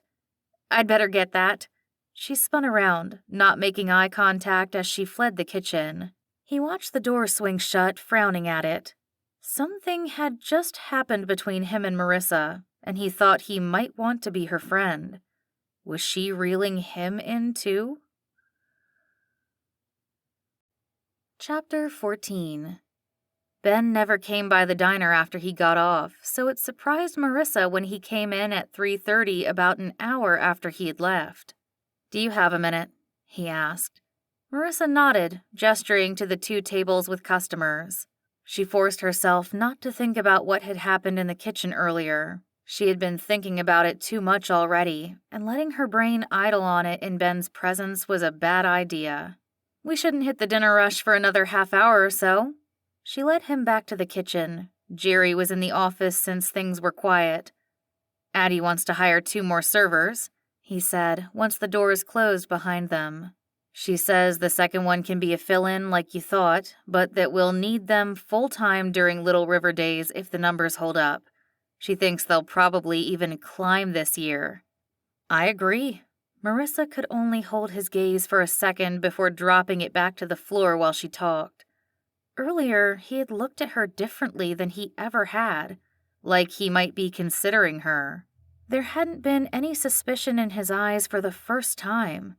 For a second, he had been the Ben that Brienne knew, and Marissa's brain had reminded her that Ben was hot. Like book boyfriend-worthy hot? Beyond the brooding, sexy guy who hated her. She had noticed he was the perfect height for her, and that his dark hair was getting long on top and had a sexy curl to it. That his eyes were like Addie's, light blue, and they were kind. And then her brain had chosen that moment to reveal that Brienne had been falling a little for her Ben, and that meant that Marissa was falling a little for this Ben, and she had felt like running away. She looked up to see him tapping something on his phone. I sent you the link to the applications if you want to look them over, he said. She tried to hide her surprise. He trusted her to help pick out their new server. "That's a decision for you and Addie," she said. "I'd pick Cash Sutton because Katie gave me mom eyes last time she was here and I feel bad for her." Ben chuckled and a shiver ran through Marissa. An actual shiver. Ben being all nice to her like this was going to mean her developing a crush. She couldn't decide if that was a good idea or not. "He's a good pick, even for a Ram. He's got the most experience. We'll make sure to say, 'We got the boot' every time we walk by him." Even if she had gone to Northwestern, Marissa was a loyal University of Wyoming Cowboys fan, and rubbing it into Colorado State University fans that they'd won the rivalry football game last fall was a bandwagon she could absolutely hop on. She laughed with Ben. "Maybe we can make him sing the UW school song for tips?" This time Ben gave a bark of quick laughter that mellowed into a laugh. Marissa forced herself to lock down any thoughts of hanging out with Ben, chatting the way they chatted on the Love Hunt app and laughing together. "Only if I'm here," he said, meeting her gaze and smiling, and she automatically smiled back. There was a moment as his smile slowly faded and he was just looking at her. Then he took a breath. "So, check out the other applicants and let me know what you think. We should get someone hired so we can start training right away." Her tablet buzzed and she pulled it out. One of the customers in the diner was ready to pay and didn't want to use the card reader on the app. "I gotta go." She looked up and met his eyes again, purposefully. "Thank you," she said. He dipped his chin, dropping her gaze, and color ran up to his face. "You're welcome," he said quietly before raising his gaze again. He nodded, and she slipped past him back into the diner. She pushed thoughts of all her realizations away, trying to focus on the two women handing over credit cards. She didn't see Ben leave, so he must have slipped out the back way. By the time she'd finished ringing up the women, another 2 sets of customers had come in, and before she knew it, the dinner rush had descended. That didn't stop her from thinking about Ben. Did she want this spark? Did she want it to be something? Or was it enough to be in a place where he didn't hate her? When the first lull in the rush came at 9:30, she retreated to the kitchen for a breather. She also gave herself a good slap on the forehead. This was not some fictional love story. A couple moments did not equal "this is going somewhere." They could just be passing moments.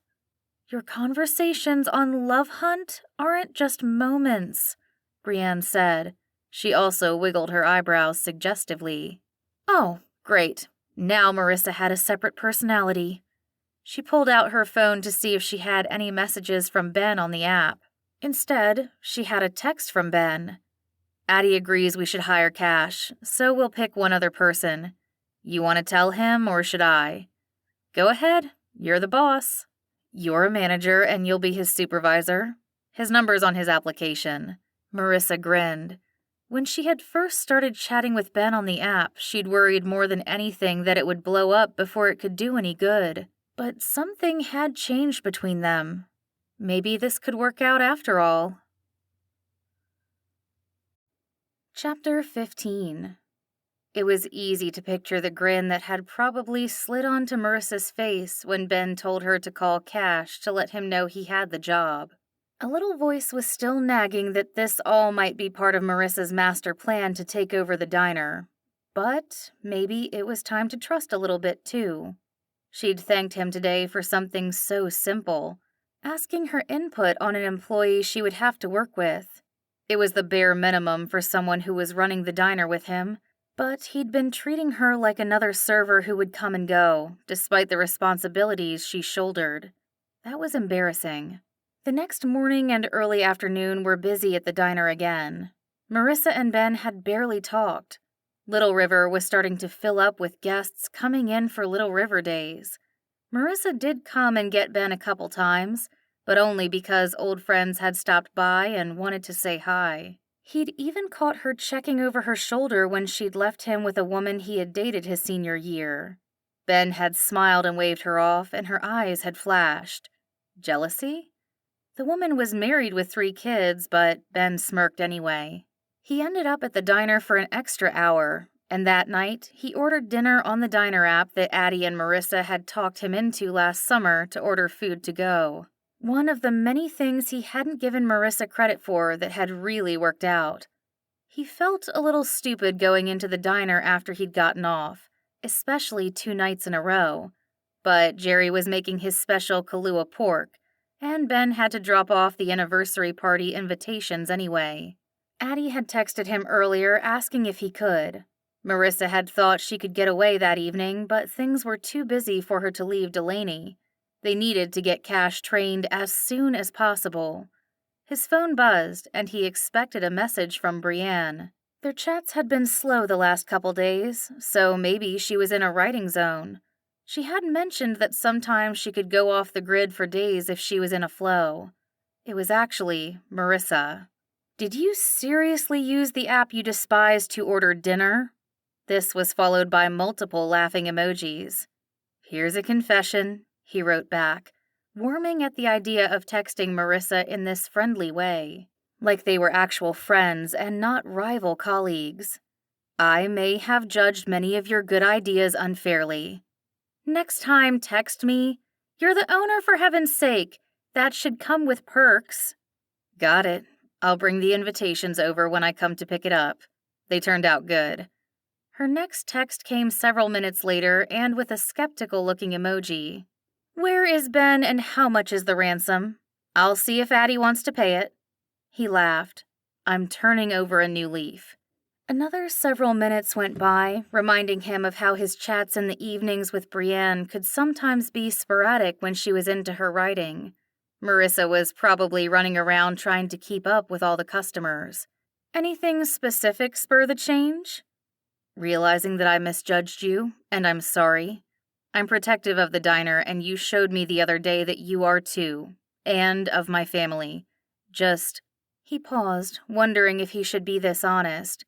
But if he was going to trust Marissa, he should be upfront with her. "Promise that you're not planning to buy the diner out from under me as an investment in Little River." Her answer came in a series of texts. "Ben, are you for real? Your diner is a family thing. I would never, ever think of trying to take that from you." "Hold on, I have to go take another order." Ben pulled a hand down the front of his face. The same embarrassment that he'd felt earlier when she'd thanked him for letting her have input on the hiring spread over him now. But the truth was, when Addie had brought her in and then later told him that Marissa didn't need the money from the job, he couldn't think of any reason why she'd take it except to get a foot into Little River's booming tourist business. But maybe it had been to help Addie, or to get to know people in town. His phone buzzed again. "Thank you for being honest with me. I can see how we really got off on the wrong foot, and I didn't help by always going to Addie when you didn't like my ideas. And just to reiterate, I have no plans in my future for a career in diner ownership. For real." "I believe you," he responded. "What is this other mysterious job you have?" She didn't respond right back, and Ben had the feeling it wasn't because she was too busy to tap out the words. Why was she so secretive about it? Undercover government agent? He snorted at himself. If that were true, she would have already fed him some story a long time ago so he wouldn't be suspicious. The app notified him that his meal was ready, so he grabbed the box of invitations and headed back down to the diner. Marissa was in the kitchen when he came in, and he could hear the pleasant roar of customers through the doors. "Hey," she said, coming over to take the box. "Let me see these." "You're avoiding my text," he said with a smile, handing it over. "What? No way." She looked away, though, and color stained her cheeks. Her fair complexions did her no favors there. What he couldn't account for was the way he was tempted to reach a hand up and feel that heat in her cheeks. He swallowed. "You can hear how busy it is out there," she said. "And yet you're in here looking at party invites?" He stuck his hands in his pockets to be safe and eyed her. "So pretty," Marissa said as she pulled one out. She held it up for him, even though he'd already admitted to looking at them. "Aren't they great? Brooke did a fabulous job." "Yeah." She sighed, glancing over at Jerry before saying, "Listen, There's going to be some judgment when I tell you what it is, and I'm not ready for that right now. We finally have a truce going. What type of job would he judge her for having? One that could be done on the side in a small town. Consulting on something, he guessed, like he had figured before. Real estate development, he guessed with a smirk. No. She closed the small box back up and held it against one hip. Although I do have some real estate investments. Like I said, though. He held up his hands. I know, you're not interested in the diner.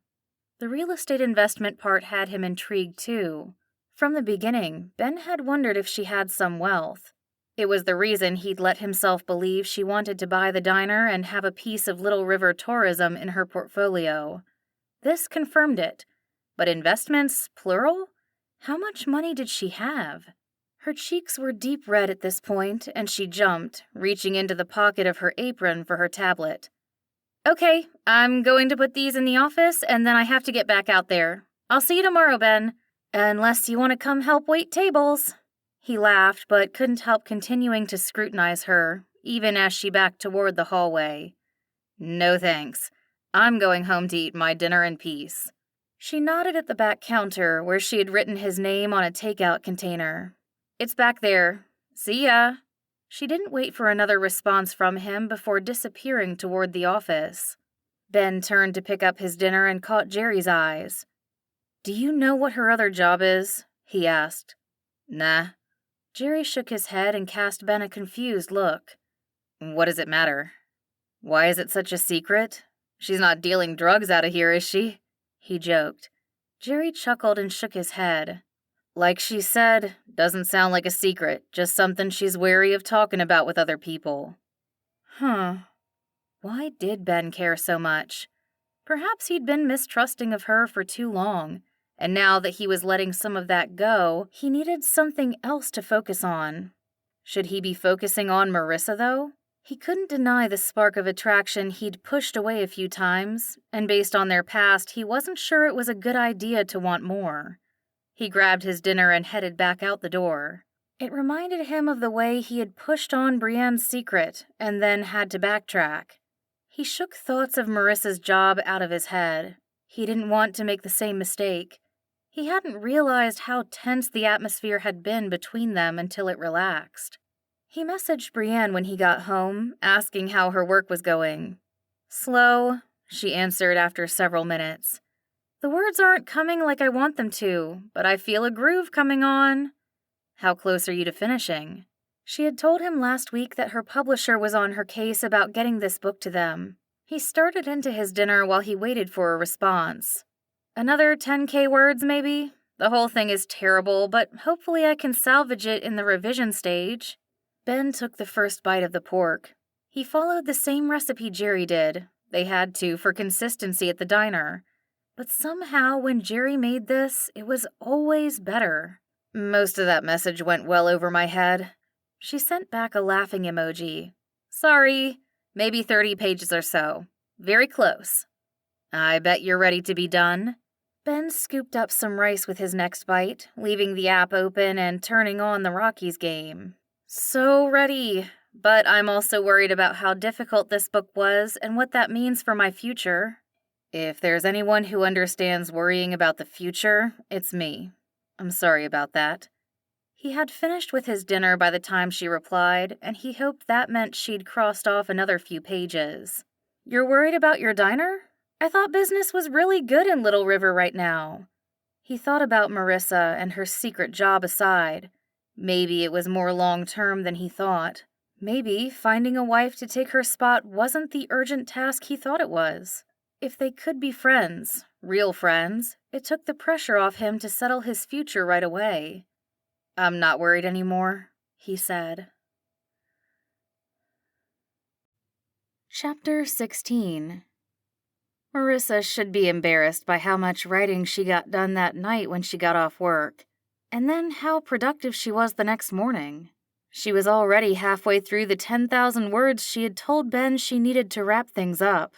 Somehow that one sentence had made it easier to whisk her characters toward their happily ever after. Not anymore, he'd said. Where in the world had Ben gotten the idea that she was trying to steal the diner from him? She had texted Addie about it the night before, but so far she hadn't heard anything back. That sentence had also made it easier to dismiss Ben's increasing curiosity in her writing. She had to tell him soon about who she was, but he was going to be really upset. And he'd only begun to trust her. She couldn't shatter that yet. They had a busy lunch hour at the diner, but things slowed down about mid-afternoon, meaning that Marissa was able to help Ben prep their food trailer for the evening down at the local park. This weekend was the kickoff to Little River Days, and according to Ben, in the last few years they had started it off with music and entertainment at the park and several local food businesses providing the food. The diner trailer would be the busiest, he assured her, although some of the businesses that came over from Belmont and Clay would be there as well. "There's a bakery that comes over from the city. You'll love their stuff," he had told her the day before. By 5:45, they had left the diner to Delaney, Jerry, and Cash, who Delaney was going to train in the quieter atmosphere of the diner. For the first time Marissa could remember in a long time, only a handful of customers were there in the middle of the dinner rush. Their trailer was already set up. Ben had driven it over after he'd gotten off work that day. So they just had to haul the last batch of food they had brought over and start serving customers.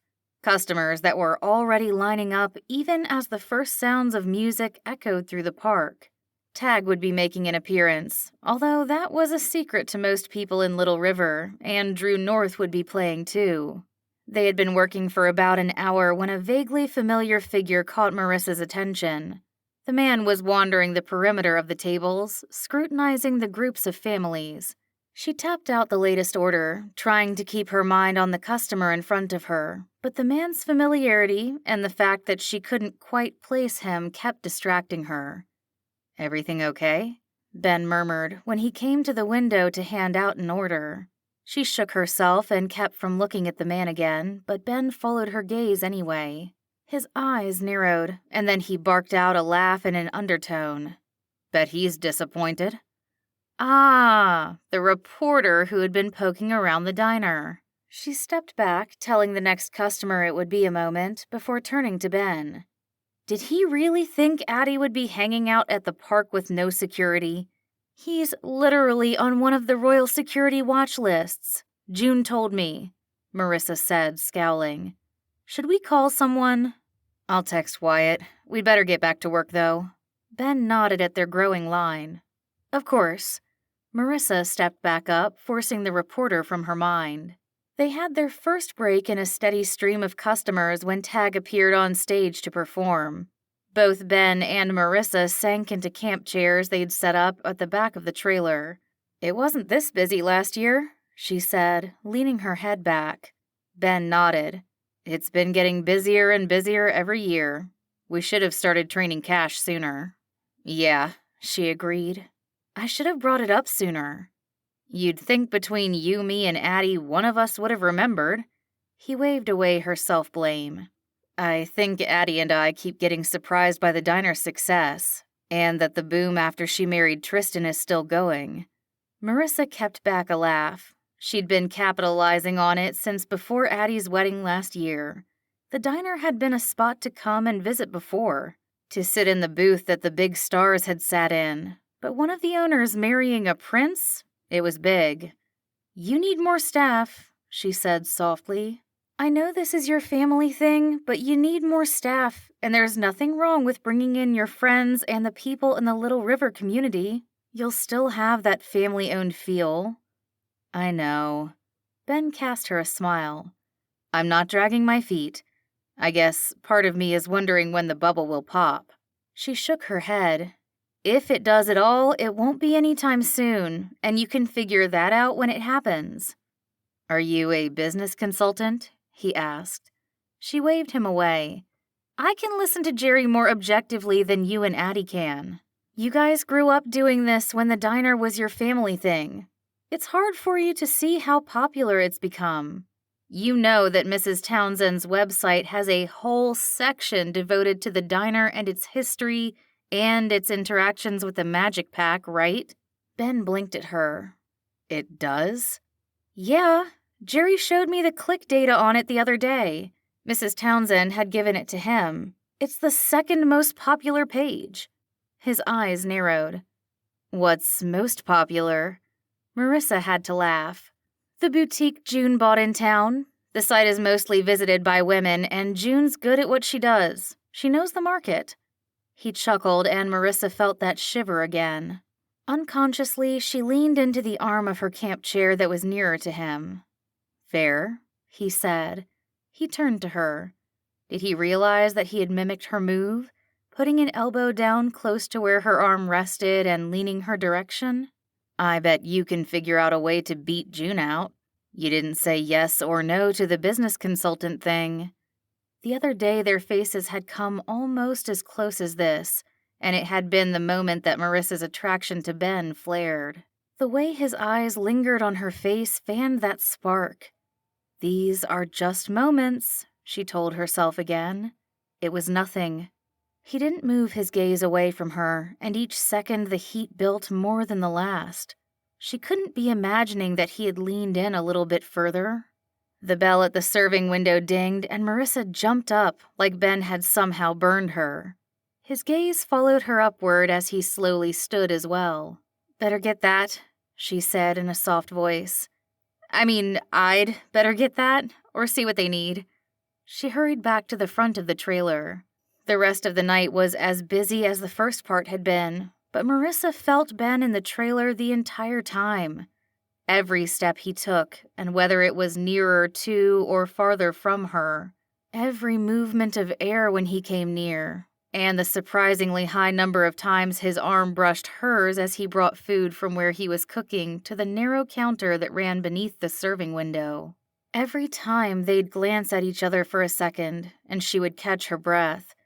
They might have kissed back there if that customer had waited 10 more seconds.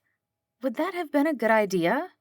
The electric shivers that kept running through her said yes. Or that she didn't care. She needed to tell Ben about being Brienne. She needed to do it soon, before she hurt him. Chapter 17. That moment in the back of the trailer when Ben had almost kissed Marissa still surprised him. A day ago, he'd been grateful that their relationship had turned friendly. But now he noticed the way her honey-brown eyes sparkled, and how soft her blonde hair felt brushing against his arm. She was beautiful. He knew that, but as he'd stared at her, it had become important in a tempting way. The rest of the night, his brain had tallied all the ways that Marissa had worked to make the diner a success from the day she had started. The ideas that he had rolled his eyes at, yet the town and the tourists had loved. How much grief he'd given Addie for the tea party that celebrated Addie's wedding, and how he hadn't thanked Marissa when she'd suggested using the diner's social media following to start The Real Addie Mays movement that showed Addie how many people supported her.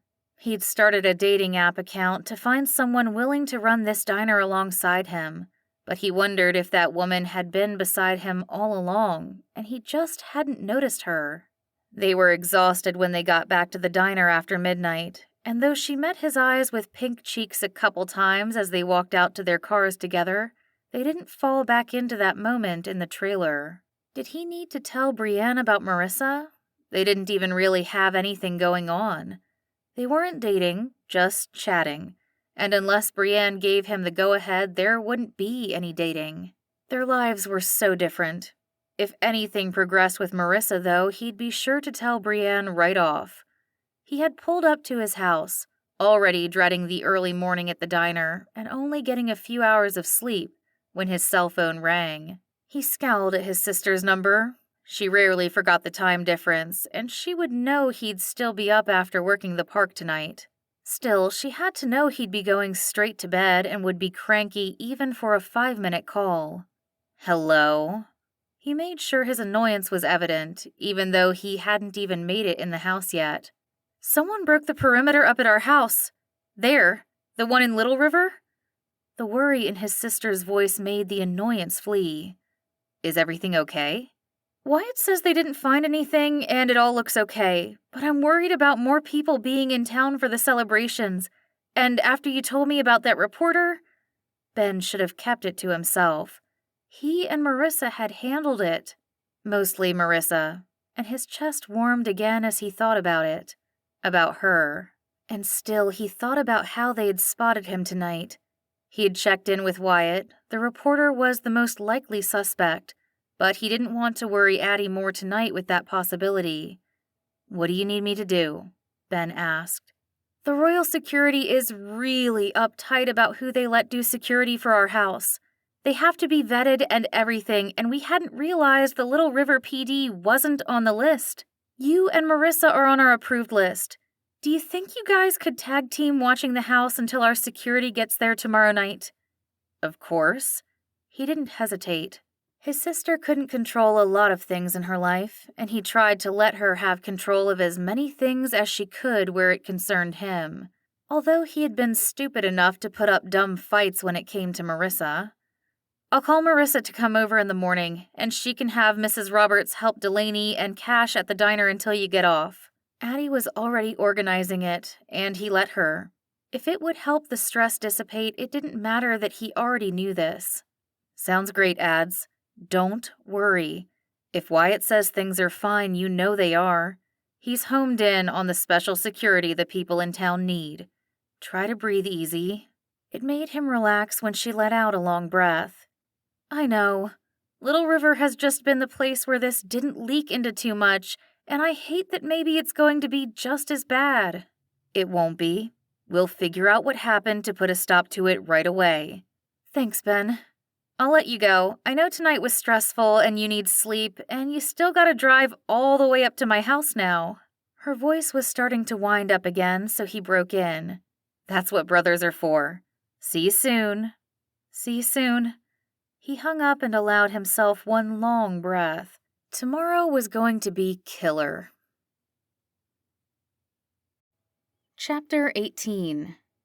Ben got 2 power naps the next day during the breaks and the short lulls between customers. 10 minutes each before Kim Thompson, the waitress who worked the mornings until Marissa came in at 11, came in to wake him. By the time Mrs. Roberts arrived to cover the first part of Marissa's shift, Ben was ready to go home. Thankfully, Jerry came in early. Addie had texted him that morning explaining the situation. As Ben climbed into his car at noon, he was grateful that within 30 minutes he'd be out at Addie's taking a nap. Maybe longer than 30 minutes. He was going to use the extra time to hop on the four-wheeler and do a quick check of the property. Addie had sent him the coordinates of the location where the fence had been cut, so he'd start from there to see what the intruder had been up to. He texted Marissa to update her on his plans and got a thumbs up as a response.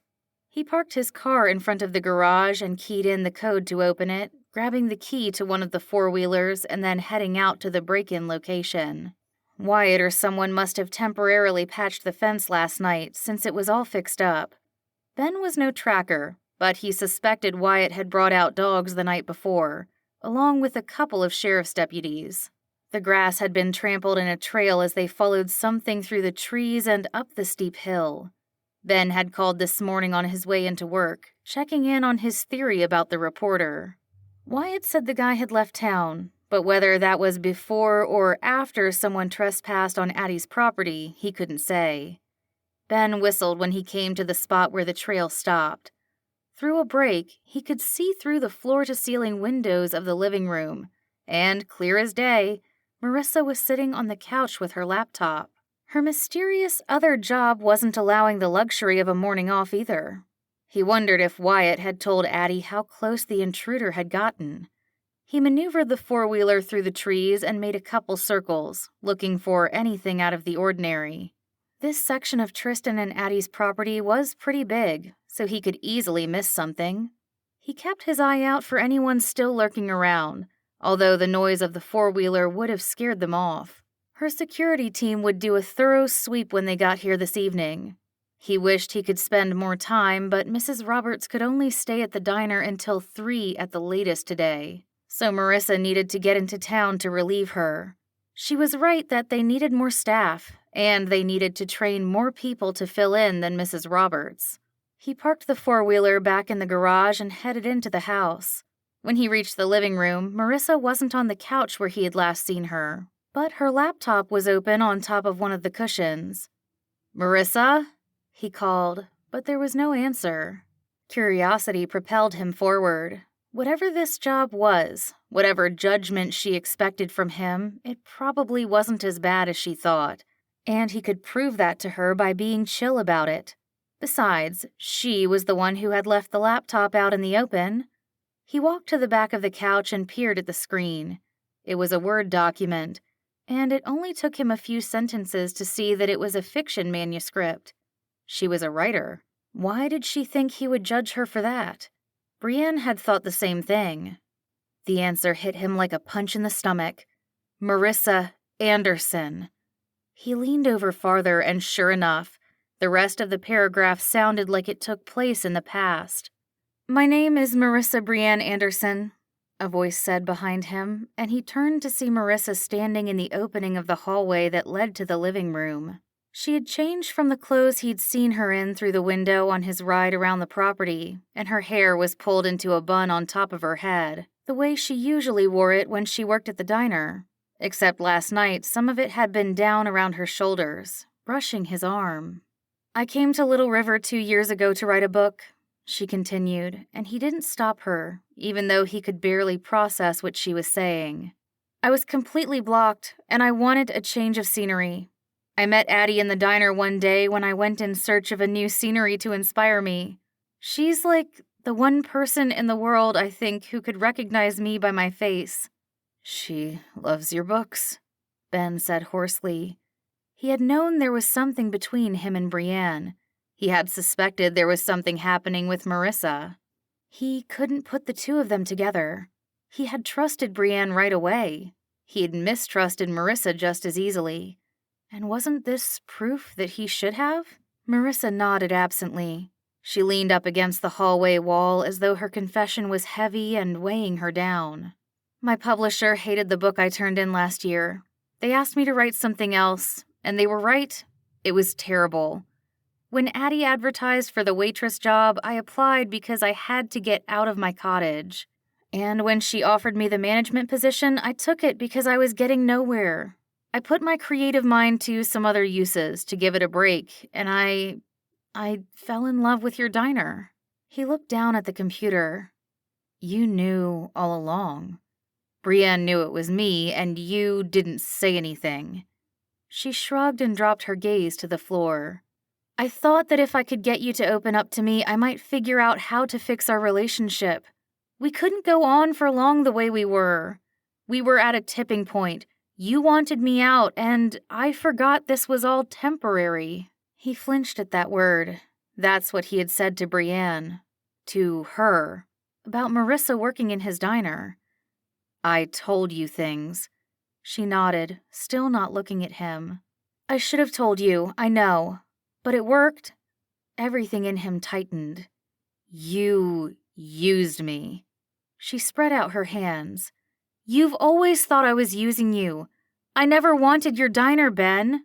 I didn't come here to buy it and invest in Little River property. You never believed I could be your friend until Brienne was." "It was wrong," he said stubbornly. "I know it was." She let out a long sigh. "I know." She crossed the living room, not looking at him as she gathered up her laptop. "Let's get through this week, and then I'll talk to Addie about hiring a new manager." When he didn't say anything, she looked up at him, but he turned away. Anger was burning through him. All the things he had told Brienne about himself. All the things Marissa knew because she had tricked him. Maybe she wasn't trying to steal his diner, but she hadn't been honest either way. "I'd better get into town." He gave a sharp nod and turned away toward the kitchen, refusing to watch as he heard her footsteps echo down the hallway and the door shut. He swallowed when the security system beeped as armed. That's what he had done when Marissa had shown up in Little River, and he never should have disarmed for her. Chapter 19. Addie stared at Marissa and blinked several times. "I should have waited until after the anniversary party to say something." Marissa sighed and continued wrapping silverware into napkins. Tonight was the town talent show, and since they weren't operating the food trailer somewhere else, for once things were slow and the staff wasn't split in half. I wanted you to be thinking about it. This week was a bad time. You had the whole break-in, and you've just finished spending time with Princess Alice, and I don't know how she even is. No, it's fine. Addie waved her to a stop. I'm more surprised that you two had a fight that isn't even half as bad as some of the other stuff the last couple years, and you're out. Just like that. This is different, Marissa huffed. Besides, you knew that this was not a forever thing for me. My book is done, and even though it's not perfect, I can feel like the revision is going to really work for this one. Writing is my job. Addie looked down at the silverware in her hands. I know. I mean, I always knew that. You've been so good for this place. Ben knows that. That doesn't matter. I shouldn't have lied to him. I should have told him no, that we couldn't keep talking, or ignored him or something. Addie reached across and put her hand on Marissa's. You had a good motive. Things weren't good between you two, and I don't blame you for wanting the opportunity to change that. Or for taking the opportunity to see that he wasn't just the grumpy guy at the diner. No, he was definitely more than that. Thoughtful to Brienne's worries about her writing, Marissa's. She had to stop the pretense that they were two people. That's what had gotten her into this mess in the first place. I wish there had been a way to see the guy he was when he was chatting with me, on Love Hunt, without lying to him about that. Addie snorted and went back to rapping, so Marissa did too. Without the chat, it's hard to say if you would have ever found out why he mistrusted you. He never said anything to me about thinking you wanted to buy the diner or something. She sighed. I'm never going to find a manager as good as you. Yes, you will, and you can always come to me for ideas on fun things. I'm not taking that away. She stood up and grabbed the bin of silverware they had been working on. I told Ben a couple nights ago that you guys needed to hire more staff. You need to push him on that. You can't keep running the way we are, or it's going to hurt the diner in the end. Slower service, less people being able to serve a night, and eventually a drop in customers because you can't keep up. We got a lot of good applicants. Let's pick a few and hire some for at least the evening shift. Addie followed her back to the kitchen. Marissa shook her head. No. Decide with Ben. I'm on notice. Marissa. Nope. Not helping. Good luck. Addie looked at her watch. The mayor talked Tristan and I into coming down and saying some things at the end of the show tonight. We're still the novelty couple here, I guess. You married a prince? Marissa pointed out with a laugh.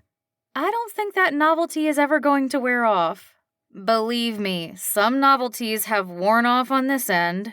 She turned toward the hallway and the office where she had left her things. Jerry had been back there since there hadn't been anything to cook for the last 45 minutes. We'll do lunch after the party and talk some more, and I'll get Ben to hire people ASAP. She frowned at Marissa, but didn't try to talk her out of her decision again, and then she left. With nothing else to occupy her brain, Marissa tried to turn it to some of the notes she'd been making on her manuscript, but since that was what she'd been doing when Ben had figured out who she was, her brain turned right back to him. The shock and hurt in his expression when he had turned to face her still stung her heart every time she thought of it. A little pang that shot right through her chest. 12 hours before, she'd been about to kiss him. She'd betrayed him instead. She had gone over and over in her head how she could have done it differently, and even looked back at those first messages between her and Ben on the Love Hunt app. She should have ignored that first message, but she hadn't wanted to seem rude. And then he'd been sort of fun, and nothing like the Ben she knew at the diner. That seemed to justify getting to know him. She couldn't get around the fact that Addie was right, though. She would have never known about his worries about her and the diner, and maybe she wouldn't have stepped in the way that she had with the reporter. That had been the thing to change his mind about her, to take a second look. Cash came in at 9:30 even though they were closing at 11. She'd asked him to stop by in case they got a sudden rush after the talent show, and she was glad she had.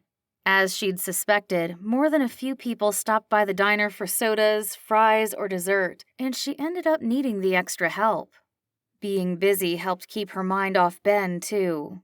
It was just a moment, she reminded herself. Plenty of moments like that never turned into anything, even if a part of her had thought that since this was Little River and she was a famous person, she was meant to fall in love. At one of Addie's dinner parties, June had once laughed and said that she'd had her assistant do the research, and according to what they had found, famous people were 50% more likely to find love in Little River. Well, nothing was 100% foolproof, and Marissa was the exception to the rule. Chapter 20. Ben would be glad when this week was over. The lunch rush was lasting longer and longer every day, and half the nights he spent in the food trailer or covering at the diner so Jerry could take the food trailer. The staff was spread thin, and if they hadn't gotten cash on when they did, they'd be in trouble right now. It was a blessing that the kid had already done a lot of serving.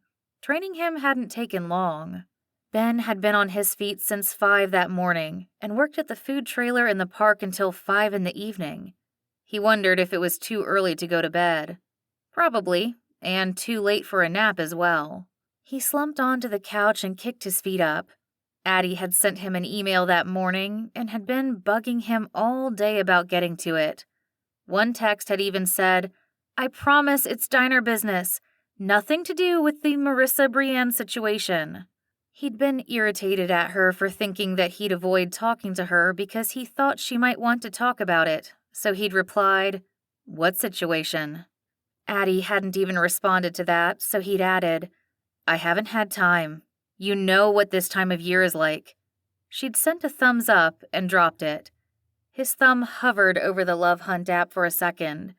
He'd gone back over the messages between him and Brienne/Marissa the night after he had found out, cringing at all the things he'd revealed about his worries for the diner. But he didn't want to wallow in that anymore. He clicked into the app to put an end to the connection between him and Jane fake name Smith. It was all symbolic. Marissa hadn't tried to use messages against him. She'd accepted the fault for what had happened with so much grace it annoyed Ben even more. She didn't get to be the one to fall on her sword when she'd already run it through him. But when he opened up the chat messages, the screen grayed out and a message popped up. Jane fake name Smith has deleted her account. Good, Ben thought, tapping out of the app and going into his email like he had intended. She couldn't catfish any more unsuspecting men. That was unfair. He'd been the one to push for a connection between them when she'd been honest about not wanting to pursue anything. Why had he felt so compelled when it had all been a lie? He shook his head, unwilling to spend any more time on it. Marissa had lied. She was getting a replacement and she would be out of Ben's hair soon. It was all behind him. Of course, that meant now more than ever he needed to step up the dating game again. "We need to hire more staff ASAP," Eddie's email said. "Here are the names from the applications that I like the most. Can I schedule some interviews for next week? We could knock them all out in an afternoon." Then she'd listed 8 names. Ben opened the applications, going over the names she had given him. All good prospects, and she was right that they needed to get on this. "Go ahead and schedule them. Those names look good." He pressed send on the email, wondering if he could spend several hours sitting through interviews with Marissa. Addie was working to replace her, but that would take time, and in the meantime, Marissa would be that later shift supervisor. Of course she'd sit in. This whole thing would be a lot easier if his brain would quit bouncing back to the night they'd worked the food trailer together and the electricity that had sizzled between them like a burger on a grill. He was going to ask her out after that. He'd been thinking about it before everything had fallen apart. He tapped open Love Hunt, going to his potential matches list. At least 10 more had popped up in the last few weeks. He hadn't been checking them since he had started talking with Brienne/Marissa. He scrolled through them and stopped on a face that looked familiar. McKenna Wright. She lived in Belmont. That's why. Well, she had just moved to Belmont. He opened up her profile. She was a teacher at Belmont High School, and Ben couldn't help but think that would be a great training for running a bustling diner that often had its share of obnoxious diners. Her 5-year plan included family, but nothing about if she planned on staying in the area. Only one way to find out. Get to know her. And now was the perfect time. He clicked on the chat box. Welcome to the area. How do you like it? Chapter 21. Marissa was more than grateful that the rush of Little River days was over. But even with the town's celebrations over, Little River remained crowded with tourists. So the diner stayed busy. She still conferred with Addie and Jerry every week, and according to Jerry, business was up from the summer before and still climbing. You, should open a full-time trailer, Marissa had suggested at the last meeting. Addie thought it was brilliant. She'd dropped subtle hints about Marissa staying on to help her with a project like that, but she'd also promised that she was still hunting for a new manager. She had texted Marissa that morning. I've whittled down the manager prospects to 4. I'm meeting with Ben about it sometime this week. Thank you, Marissa had responded, but she'd added a sad face emoji and, I still love you in this diner, you know. Addie had sent over a heart. I know. And then, you're not leaving Little River right away, are you? No way. Still have revisions, and I can't part with this town yet. In truth, her house in Coeur d'Alene sounded less and less inviting to return to, and her heart felt rooted here in this special, magical little town. It made no sense. She should leave and not have to face Ben, the ultimate avoidance plan. Not like the way she was avoiding him at the diner every day. It was childish, but with more waitstaff now, she'd be able to avoid him almost completely. Delaney had been more than happy to agree to Marissa's silly request, so any time Marissa was needed in the dining room, Delaney picked up and delivered food to Marissa's tables, meaning Marissa didn't have to go into the kitchen with Ben ever. She'd been working in the back office, going over some projections that Jerry had worked up for Marissa and Addie about running the food trailer full-time during the summer, but she needed to get up and check on the dining room. Delaney was good to come and get her if they needed help out front, but Marissa liked to stay on top of things anyway. She was still shift manager. She paused in the archway that led to the hallway containing the office, the staff restrooms and break room, and the kitchen. It was the one time when she had to encounter Ben. Usually, she made sure his back was turned before she crossed the brief stretch between the archway and the door that led out into the dining room. Another ridiculous behavior that always made her blush. She couldn't help needing to erase herself from his life, like her intrusion as Brienne had never happened. When she leaned into the archway, though, she heard Delaney saying something to Ben, so she hung back, waiting for them to finish the conversation before she made her appearance. There's someone here who wants to say hi, Delaney said. Do you have a minute? There was a pause, probably while Ben scanned the electronic order board above his stove. As long as you don't have any new orders to turn in, Ben answered. No, things are slowing down after the lunch rush. We should be good for a bit. Technically, that meant that Marissa didn't need to check on things then. But she'd go out anyway, once Ben was safely back in the kitchen. Who did you say it was? Ben asked. His voice had moved from his usual spot next to the stove. She said her name was McKenna. Oh. Ben's voice faded as they left the kitchen. Marissa should not care that a woman wanted to say hi to Ben. It could be someone he knew from high school. That had happened a lot during the town celebration days. It could be someone he'd met recently, someone he'd gone on a date with. Was he still on Love Hunt? It shouldn't even matter if he was. They were only moments, she told herself for the 1000th time, and a little voice would argue that she, of all people, knew what moments could mean. But that was just in stories. In real life, moments didn't always lead to something significant. Sometimes they were just things you thought about later, like the time she had almost kissed her senior prom date, or that one date in college where she'd thought they'd made a connection, but he'd never called her again. In one of her books, she would take a moment like that and twist it into something. Meeting up with her prom date years later at the airport and sitting next to each other on a flight.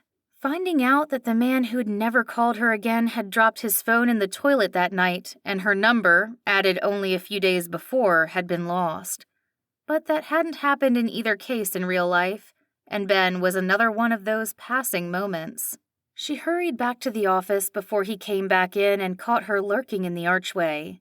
Now, more than before, she desperately didn't want to be here around him. She didn't want to be the one McKenna stopped next time she dropped by in the dining room asking for Ben. With the extra staff and her replacement only a week or so away, there was no reason Marissa needed to come in while Ben was here. She would tell Addie that she needed more time to work on her book and not come in until 3, after he'd left. Violet, the mentor character in the book she was writing, would tell Marissa she was being a coward, running away from little things. Maybe, but Marissa had never been the hero of a story. She just wrote them. Chapter 22. Ben shouldn't have been relieved when Addie texted him to tell him that Marissa was going to start coming in later so she could have more time to work on her book. Since the day he had found out who she was, she'd made herself pretty scarce for the hours when they were at the diner together. But he still dreaded running into her and figuring out what to say, especially since he missed the conversations with Brienne and couldn't help himself from wondering if talking to Marissa would have been the same. Of course, it would have. They were the same person. He had just ignored that part of Marissa. He'd also been working hard to ignore the fact that on the 2 dates he'd been on with McKenna, he'd felt guilty. He couldn't dissect that. He and Brienne had never talked about meeting. Of course, now he knew why. But there was no reason to feel as though he was parading a new love hunt match in front of Marissa/Brienne. All in all, having less of a chance at seeing Marissa at the diner was fine with Ben. It was a few days later that Delaney came in early and stopped in front of the order pickup counter before going into the staff break room to stow her things in the lockers they kept in there. "You're early," Ben said, glancing up at the clock. 10:45. Delaney was one of their best employees, and she'd been working there since she was in high school, but she rolled into work at 11 on the nose. She was rarely early, and never 15 minutes early. "Yeah, I need to talk to you about taking a week off in a couple weeks. I got invited to go to Costa Rica with some friends." He frowned. This wasn't his decision. "That sounds fun. Have you talked to Marissa?" "Of course," Delaney nodded, leaning over the counter. "And what did she say?" He flipped the burgers he was working on and moved to put the fries in so they'd be hot and crisp for the burger orders. "That Hannah is trained and able to take my shifts and that it was up to you." Delaney straightened back up, moving her gaze to the counter. Ben's brows furrowed. He hadn't worked with Hannah yet. So far, she had trained in the evenings and only filled in on afternoon and evening shifts. "Marissa is your manager, Dee? It's her call." Delaney sighed, and he looked up in time to catch her rolling her eyes. "Yeah, she said she's on notice and she'd rather not make any decisions that she won't be here to oversee." Now Ben's eyebrows jumped. Delaney had said her trip was in a couple weeks. Had Addie already found someone for Marissa to train? He swallowed. Why did that bother him? He had known since their argument that Marissa was leaving the diner. He'd been happy about it, but something pinched in his chest at the thought of all that talk becoming real. "Yeah, sounds good to me." Delaney broke into a grin and straightened, bouncing back a little as she moved toward the hallway. "Awesome. Thanks, Ben." "Mm-hmm." He turned back to his cooking, trying to put his full attention on it. This pinch felt a lot like the guilt that kept swirling during his dates with McKenna. Dates that were going well otherwise. Yes, he had liked Brienne. He would have liked to see if it was going somewhere. They had clicked in all the right ways. So what? If he had found out she was Marissa earlier, would he have given it a chance? He sighed. Probably not. But there was no reason to get stuck on this. On it not working out with Brienne. On Marissa leaving. He let out a huff. Marissa had been good for the diner. He was big enough to admit that, and now that he recognized it, he was going to miss her ingenuity and the bright spot she brought here. Addie would have to find someone just as good. It bothered Ben that he was still thinking about Marissa when he pulled in front of Addie's garage that night. She was having one of her dinners, and Ben had avoided enough that he felt obligated to come. Plus, the anniversary dinner for his parents was in a couple days, and Addie would be leaving again after that. He should come and spend time with her when he could. Was it that she'd been stressed about the break-in, or about him running off her manager that made him feel obligated? Probably both. He took his time making his way to the front door. He heard the lock click before he even reached the top step, and he opened the door. "Hey," he called. "In here." Addie's voice came from the kitchen. But when he rounded the corner and she came into view, she was directing hired staff rather than cooking herself. "I could have come out and cooked," he said under his breath as he put his grocery sack on the counter. "You're a guest." "You can be a dinner guest and still cook the dinner." She waved him away. "I need to talk to you anyway." She led him out onto the balcony that overlooked a meadow below the property. It was a stunning view, and he loved this balcony. He wished Addie had been around more this summer so he could have enjoyed it more. Lazy afternoons lounging on the comfortable outdoor furniture. "This is a great balcony," he said, settling into the armchair with the best view, which sat opposite where Addie perched on the couch. It was late enough in the evening that some elk were munching on grass at the edge of the meadow. "You know, you're welcome at my house any time, even when I'm not here," Addie said. "You could live in the guest house if you wanted." Ben chuckled. The guest house was a huge apartment above their garage, and it was posh. Maybe he should take her up on that. "Seriously," she said. "I'd feel better knowing someone was around more often to keep an eye on things." "Okay, I'll think about it," he shrugged. Was this more guilt talking? Or maybe he'd come to accept that his sister was rich, and he should take advantage of it more than he did. For the first months of her marriage, he hadn't been able to shake the feeling that she would end up divorced within a few years, but they were happy. Tristan was a good guy. "Is that what you wanted to talk about?" Addie shook her head. "I'm going to email you a list of names. They're all applicants that I believe are qualified to run the night shift. I want you to pick one." Ben sighed and shook his head. "Why is everyone acting like I'm the only one running the diner?" Addie laughed, but in a short, cold way. "Aren't you? I love keeping my half and still being part of running it, but when it comes down to it, you're the one running things."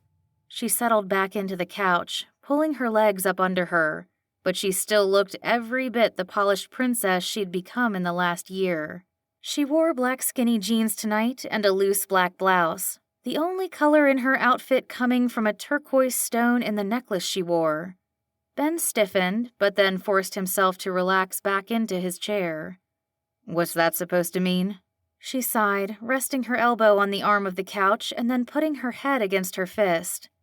"I want to stay a part of the diner. I do. But I don't have the time or the mental energy to force someone on you." Ben opened his mouth to argue, but found he didn't have anything to say. The truth was, Marissa had been a good manager, and Ben had put Addie through the ringer over her every chance he got. "I won't be a jerk about it this time," he said. "Pick someone. It's easier." "Addie, please." She leveled him with a stare that he was used to dismissing, but this time he didn't. There was something more commanding now, maybe even royal. "Fine." He turned halfway toward the meadow again, staring at the herd of elk and the dozen or so others that were now coming down the opposite hill to join them. "Get on with your lecture." "What lecture?" He glanced back at his sister to see her leaning her head back against the couch. "About running off Marissa, a great manager. I admit it." She gave a soft laugh. "I don't need to lecture you. You know what you did." He made a quiet grunting noise of agreement. "You know McKenna is never going to give up working at Belmont High, right? Or any other school she goes to?" Addie's voice was cautious now. "How do you know about McKenna?" Ben hadn't said anything to her about the dates he had gone on. "I'm sorry, Ben. Kim Thompson said something about seeing you on a date with her at the movies, and security has to check on her.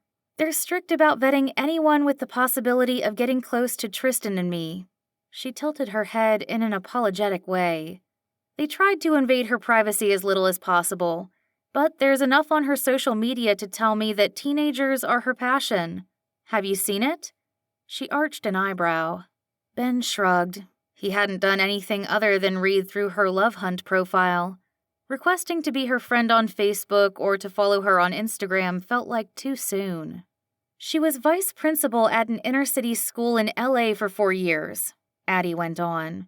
And she's traveled to third-world countries every summer teaching and building schools and doing humanitarian aid with these kids. It's her passion, she reiterated. He knew where Addie was going with this, but he wasn't going to open the gate for her. "I think that's great," Addie huffed. "She's not going to run the diner with you." He didn't answer. He'd seen her job and thought it was great experience for his 5-year plan for them. He hadn't thought beyond that, as Addie's revelations about McKenna's career revealed. Marrying someone who's going to run this diner with you isn't going to work the way you and me did. We could work opposite shifts, that was good for us, but you can't do that with a wife. You'd never see her, and besides, don't you remember how Mom and Dad did it?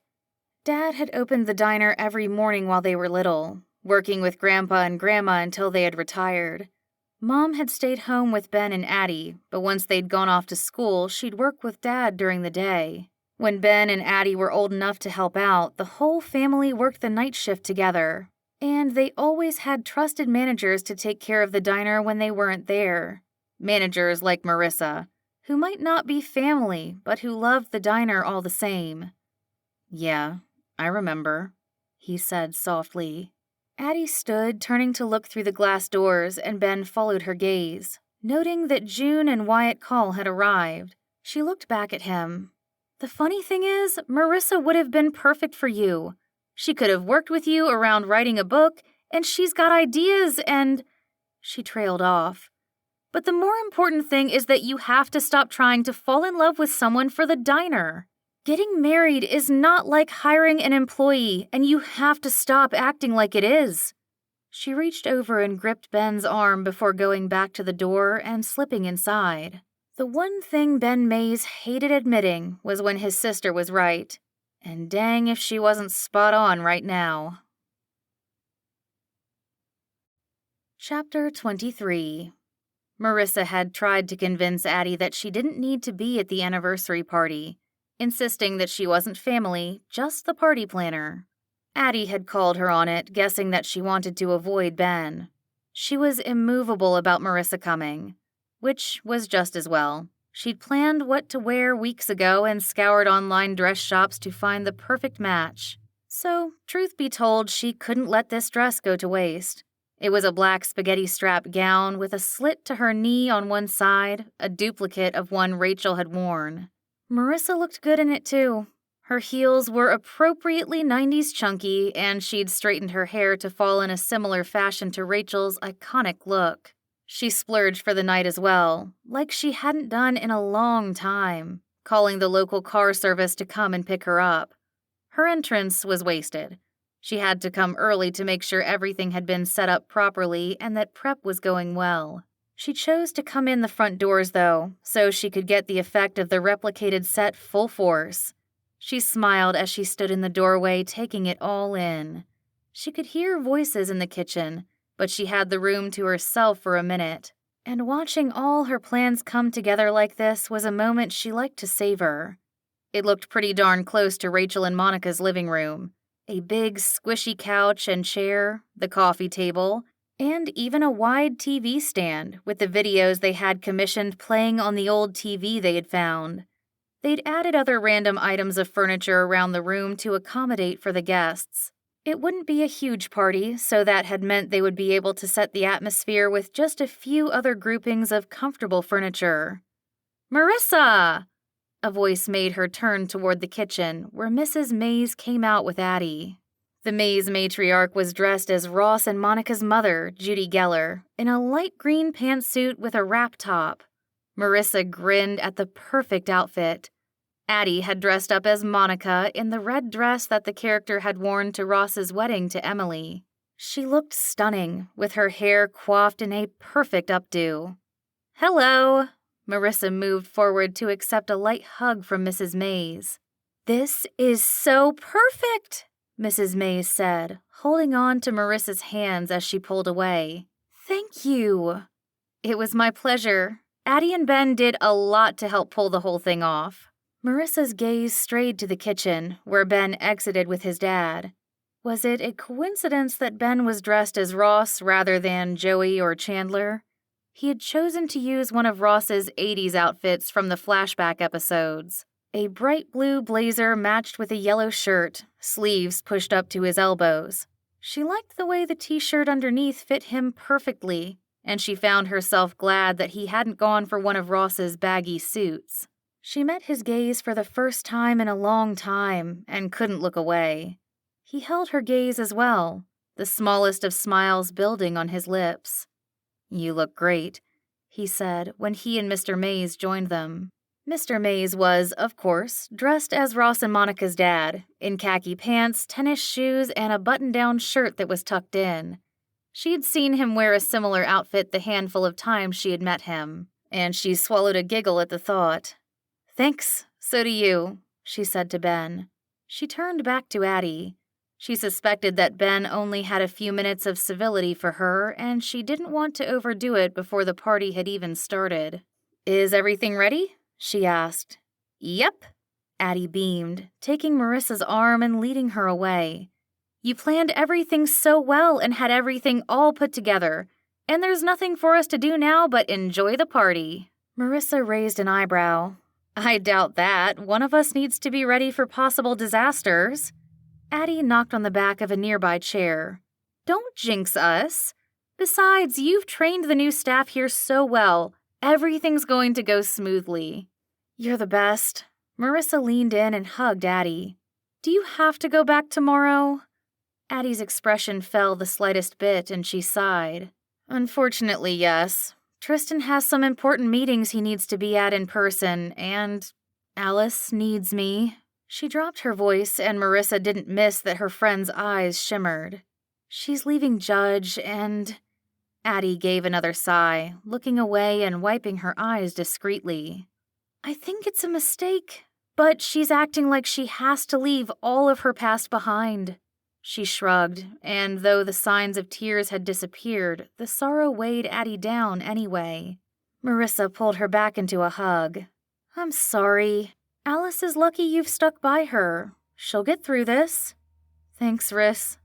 Guests began to arrive, so they split off to help Mrs. Mays greet people and guide them around the room. More than a few people complimented Marissa on how great the diner looked and how she'd pulled it off again. When the room was full of laughing guests, with the Mayses all moving easily from group to group and everyone with a plate of food and lounging on the comfy furniture, Marissa slipped outside to take a breath. She loved seeing her imagination come to life in these parties, almost like when one of her books was made into a movie. But being in the diner lately had been fraught with tension for her. Avoiding Ben, grappling with the idea that she was leaving the diner, and worry over how a new manager would fit into the dynamic. "I'm going to be honest, this is not where I expected you to be." Ben's voice startled her, and she put a hand to her heart, pulling it down before he reached her. His voice was almost friendly, the way it had been that night they had worked the food trailer together. "You don't know writers very well, then?" she said, smiling at him. "Even the extrovert ones need time to themselves to ponder." He put his hands in his pockets and looked down at the sidewalk. "Am I interrupting?" She didn't want him to leave. Maybe he hadn't forgiven her completely, but he was talking to her. That was more than even those first days working with him. She missed the fun conversations they had had over Love Hunt and the thoughtful, kind man she had gotten to know there. "Not at all." She turned to look at him. The sun was setting over the mountains, so there was plenty of light to admire his handsome face by, And she had to smile at the way he had made his hair stick up in the front. I owe you a long overdue apology for the way I acted when you first started here. Well, for the last 2 years. He raised his gaze to meet hers, and the genuineness of his words filled his expression. His eyes especially pleaded with her to forgive him. Interesting. It's okay, I understand why. She still had to swallow back a laugh at the idea of her swooping in to steal the diner from him. Only because I let you in as Brienne. He inched the slightest bit closer, and warmth started spreading from Marissa's chest and through her. Maybe he had more than forgiven her. She stomped the thought down. The spark between them had only ever been that. His trying to be her friend didn't mean that this moment was anything more than that. Another moment to add to the others. I should have told you, she said anyway. He turned toward her, facing her and making her shiver with excitement. The look in his eyes, a little lost and a little hungry, was like what she had seen in the seconds before they had almost kissed. Maybe, he shrugged, but I wouldn't have let you get to know me, and then we wouldn't have become friends. The way he hesitated on that word drew Marissa toward him like a fish on a line. It was nice getting to know you, she said softly. He pulled in a breath and then swallowed. Addie wants me to be the one to hire the new manager, and the thing is, I just want you to stay. You're great for the diner. He swept a hand back toward the front window where they could see the bustling party, the smiles on everyone's faces, and the obvious camaraderie of friends and family. And once I got over myself, we worked well together. He turned back toward her and took one of her hands, lacing his fingers through hers and pulling her closer. I know you have a book to work on and everything, but I think we can make it work. Please stay. She was nodding before she even thought about it. Okay. Just like that? She leaned into him, nodding still. Just like that. I love this diner, Ben, and not in a way that I'm going to try to take it away. He laughed at that. I love it. Everyone who comes in is a friend. I haven't had that in a long time. He brushed some of her hair back over her shoulder and stared down at her. Want to go in and get something to drink and talk? She was going to nod her head right off. Yeah, I'd really like that. Chapter 24. Ben did not miss that his sister watched him the whole time as he crossed the room with Marissa's hand in his. He ignored her questioning gaze and instead walked up to where she sat on the main couch in the room, with Tristan on one side and Mom on the other. He perched on the coffee table in front of them, and Marissa followed his lead. I picked a manager, he said, tilting his head toward the woman sitting close to him. Marissa. Addie's eyes widened with excitement, and she turned to Marissa. Really? Marissa grinned. Really? We had a little chat, and we both think it's the best thing. I agree. Mom's grin matched Marissa's. The things she's done for this diner. It's a perfect match. She raised her eyebrows at Ben, and Marissa shook with laughter next to him. I'm glad as well, Tristan said. Addie can come with me to Ledreau with a lot less stress on her mind, and I'm grateful for that. He turned to Marissa. Thank you for staying on. This diner means a lot to many people, and you've helped make it even more special. Thanks, Your Highness. Marissa even gave a head bob as she said this, to which Tristan rolled his eyes. We've talked about this. My wife's best friend doesn't need to use my formal titles. Right, of course. But the twinkle in Marissa's eye said it wouldn't be the last time. Ben stood, pulling Marissa with him since he still held her hand. We're going to get something to eat. He was looking forward to a quiet corner and a conversation connecting all the things he knew about Brienne and Marissa.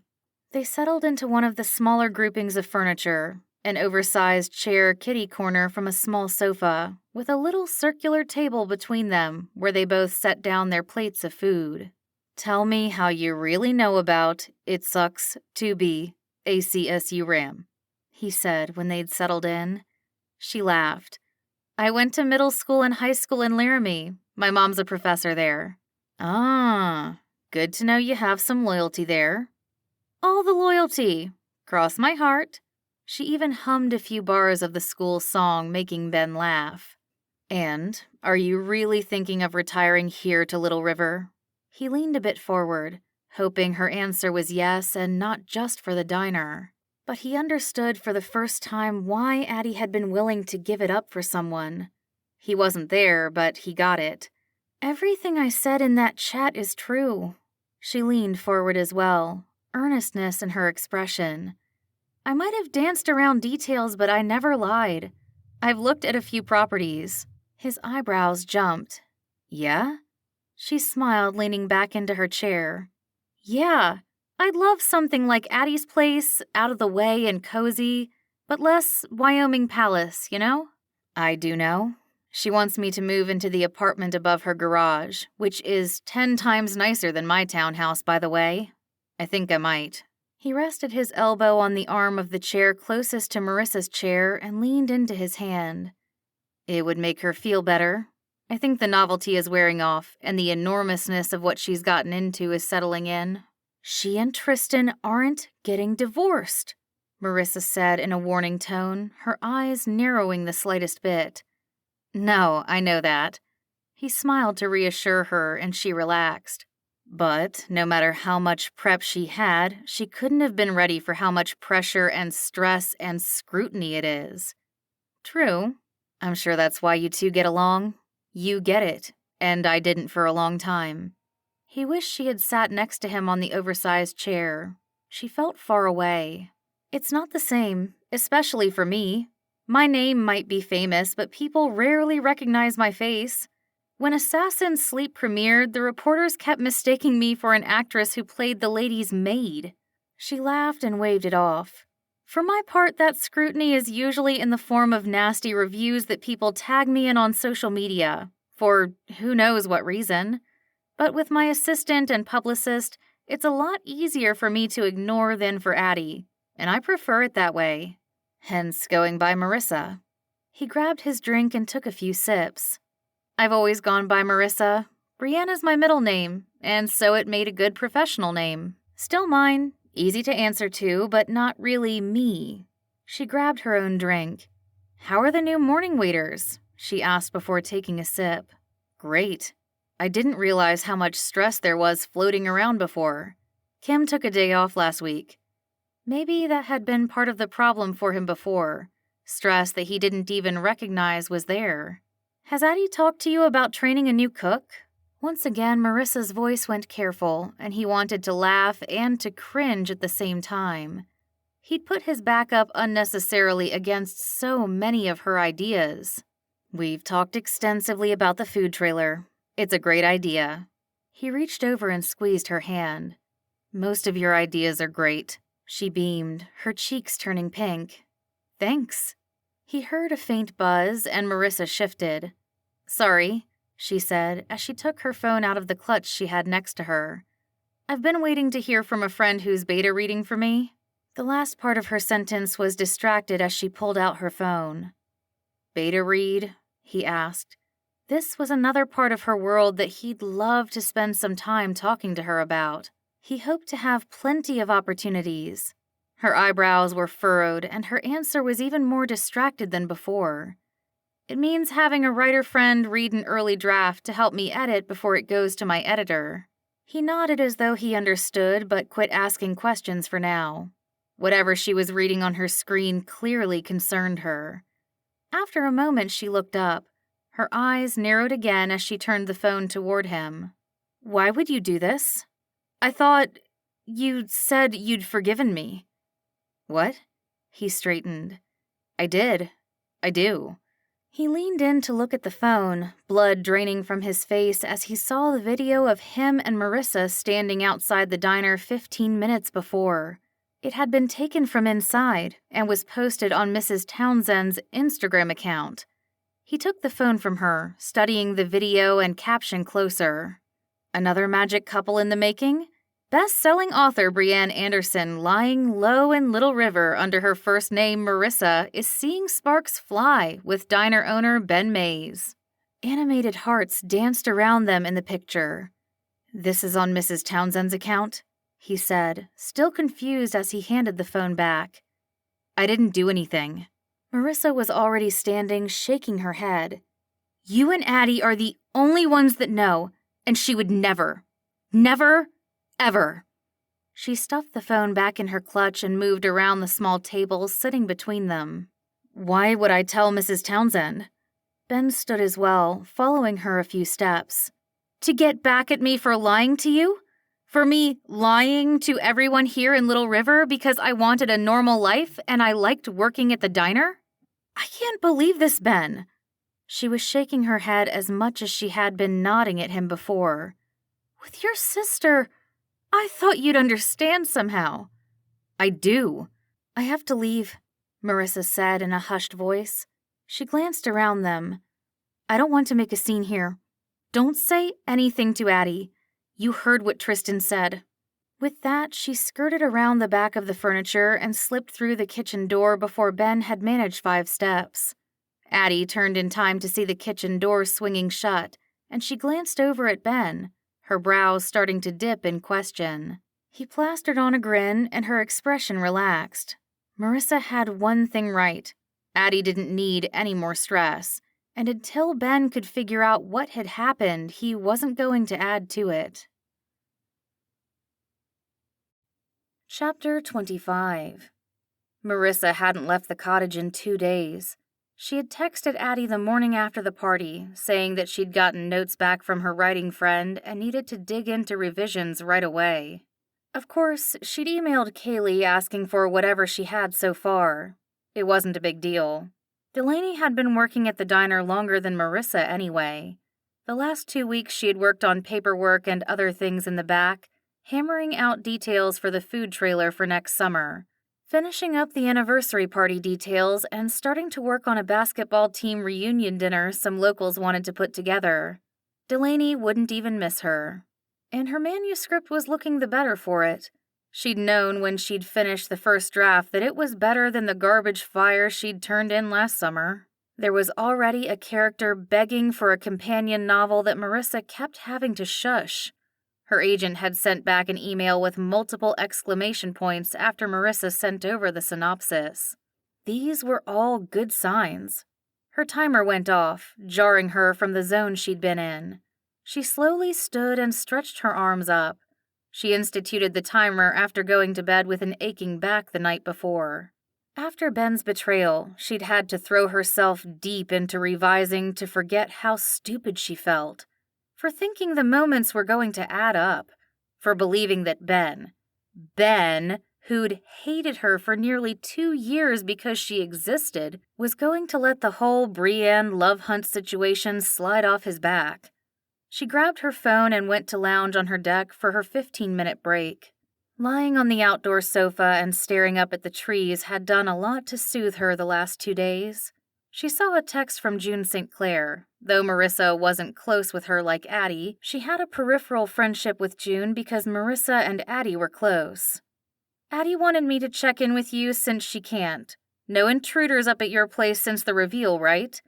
I'm ready to arrange getting you to a quiet spot if you have fans bugging you." Marissa smiled as she lay back on the sofa, propping her head on one of the stiff pillows. Oh, she wanted an escape all right. One far from Little River. Except that she didn't, especially when she was staring up at the treetops. But she couldn't stay here now, not when Ben had told everyone that she was Brienne Anderson. That would grant her celebrity status in Little River. She needed to find invisibility again. "Mrs. Davis signed a very strict non-disclosure clause when I rented this place, though she was confused why a nobody like me would need it." Marissa added a laughing emoji to her text. "Addie's the only one who knows where I live, so it's good." She couldn't ask June to find her a quick way out, though, even though June's people were good at that. June would pass it on to Addie, and Marissa needed a few more weeks before she broke the news to Addie that she would be leaving the diner. "Smart girl," June wrote with a high-five emoji attached. "My people tell me that the chatter is mostly local. Your publicist says she'd had a few inquiries from minor celeb news outlets about your relationship with Ben, but nothing she hasn't been able to squash with the "they're just friends" line. Marissa thought back to the day when she had wished she could be part of the lunch of the Magic Pack. Turned out they were at the ready for her when she needed them. June had already been in touch with Marissa's people. The thought warmed her. Wow, I owe you big time. Sweetie, I set up a team in my company for this after moving to Little River. My friends here need a different kind of handling sometimes, and I've got the talent under my umbrella to do such things. Friends. Marissa's eyes welled, which was ridiculous. She had friends. She still did a girls' weekend with her bestie from high school every year. She had a tight circle of writing friends who had become her people outside that life as well. And she had Addie. But something about the Little River people circling around her did something. Well, everyone but Mrs. Townsend. She'd started the barn fire in the first place, but Marissa didn't blame her. This was the woman's livelihood, and the reason places like the diner, the ranch house, and other local businesses, even those in surrounding towns, were doing well. You made a lot of things better by just pulling me in. Of course! I'll check in later. Meanwhile, text me if the situation changes. Marissa confirmed that she would and put her phone down. She closed her eyes and listened to the breeze whispering through the pine trees above her. It was soothing. But having her brain free to think whatever it could meant thinking about Ben, telling Mrs. Townsend who she was. He had made sure she couldn't continue living in Little River the way she had, under the radar. The woman who had taken Addie's place at the diner. She had to give him credit for an ingenious plan to get her out of his hair for good. Convincing her he wanted her to stay on as a manager was cruel, though. As grumpy as he'd been the last 2 years, it was hard to ascribe that to him, but she couldn't explain it. The tears spilled over. The other night things had been good. So perfect. She had finally finished the book, a mountain she'd spent the last year fighting against.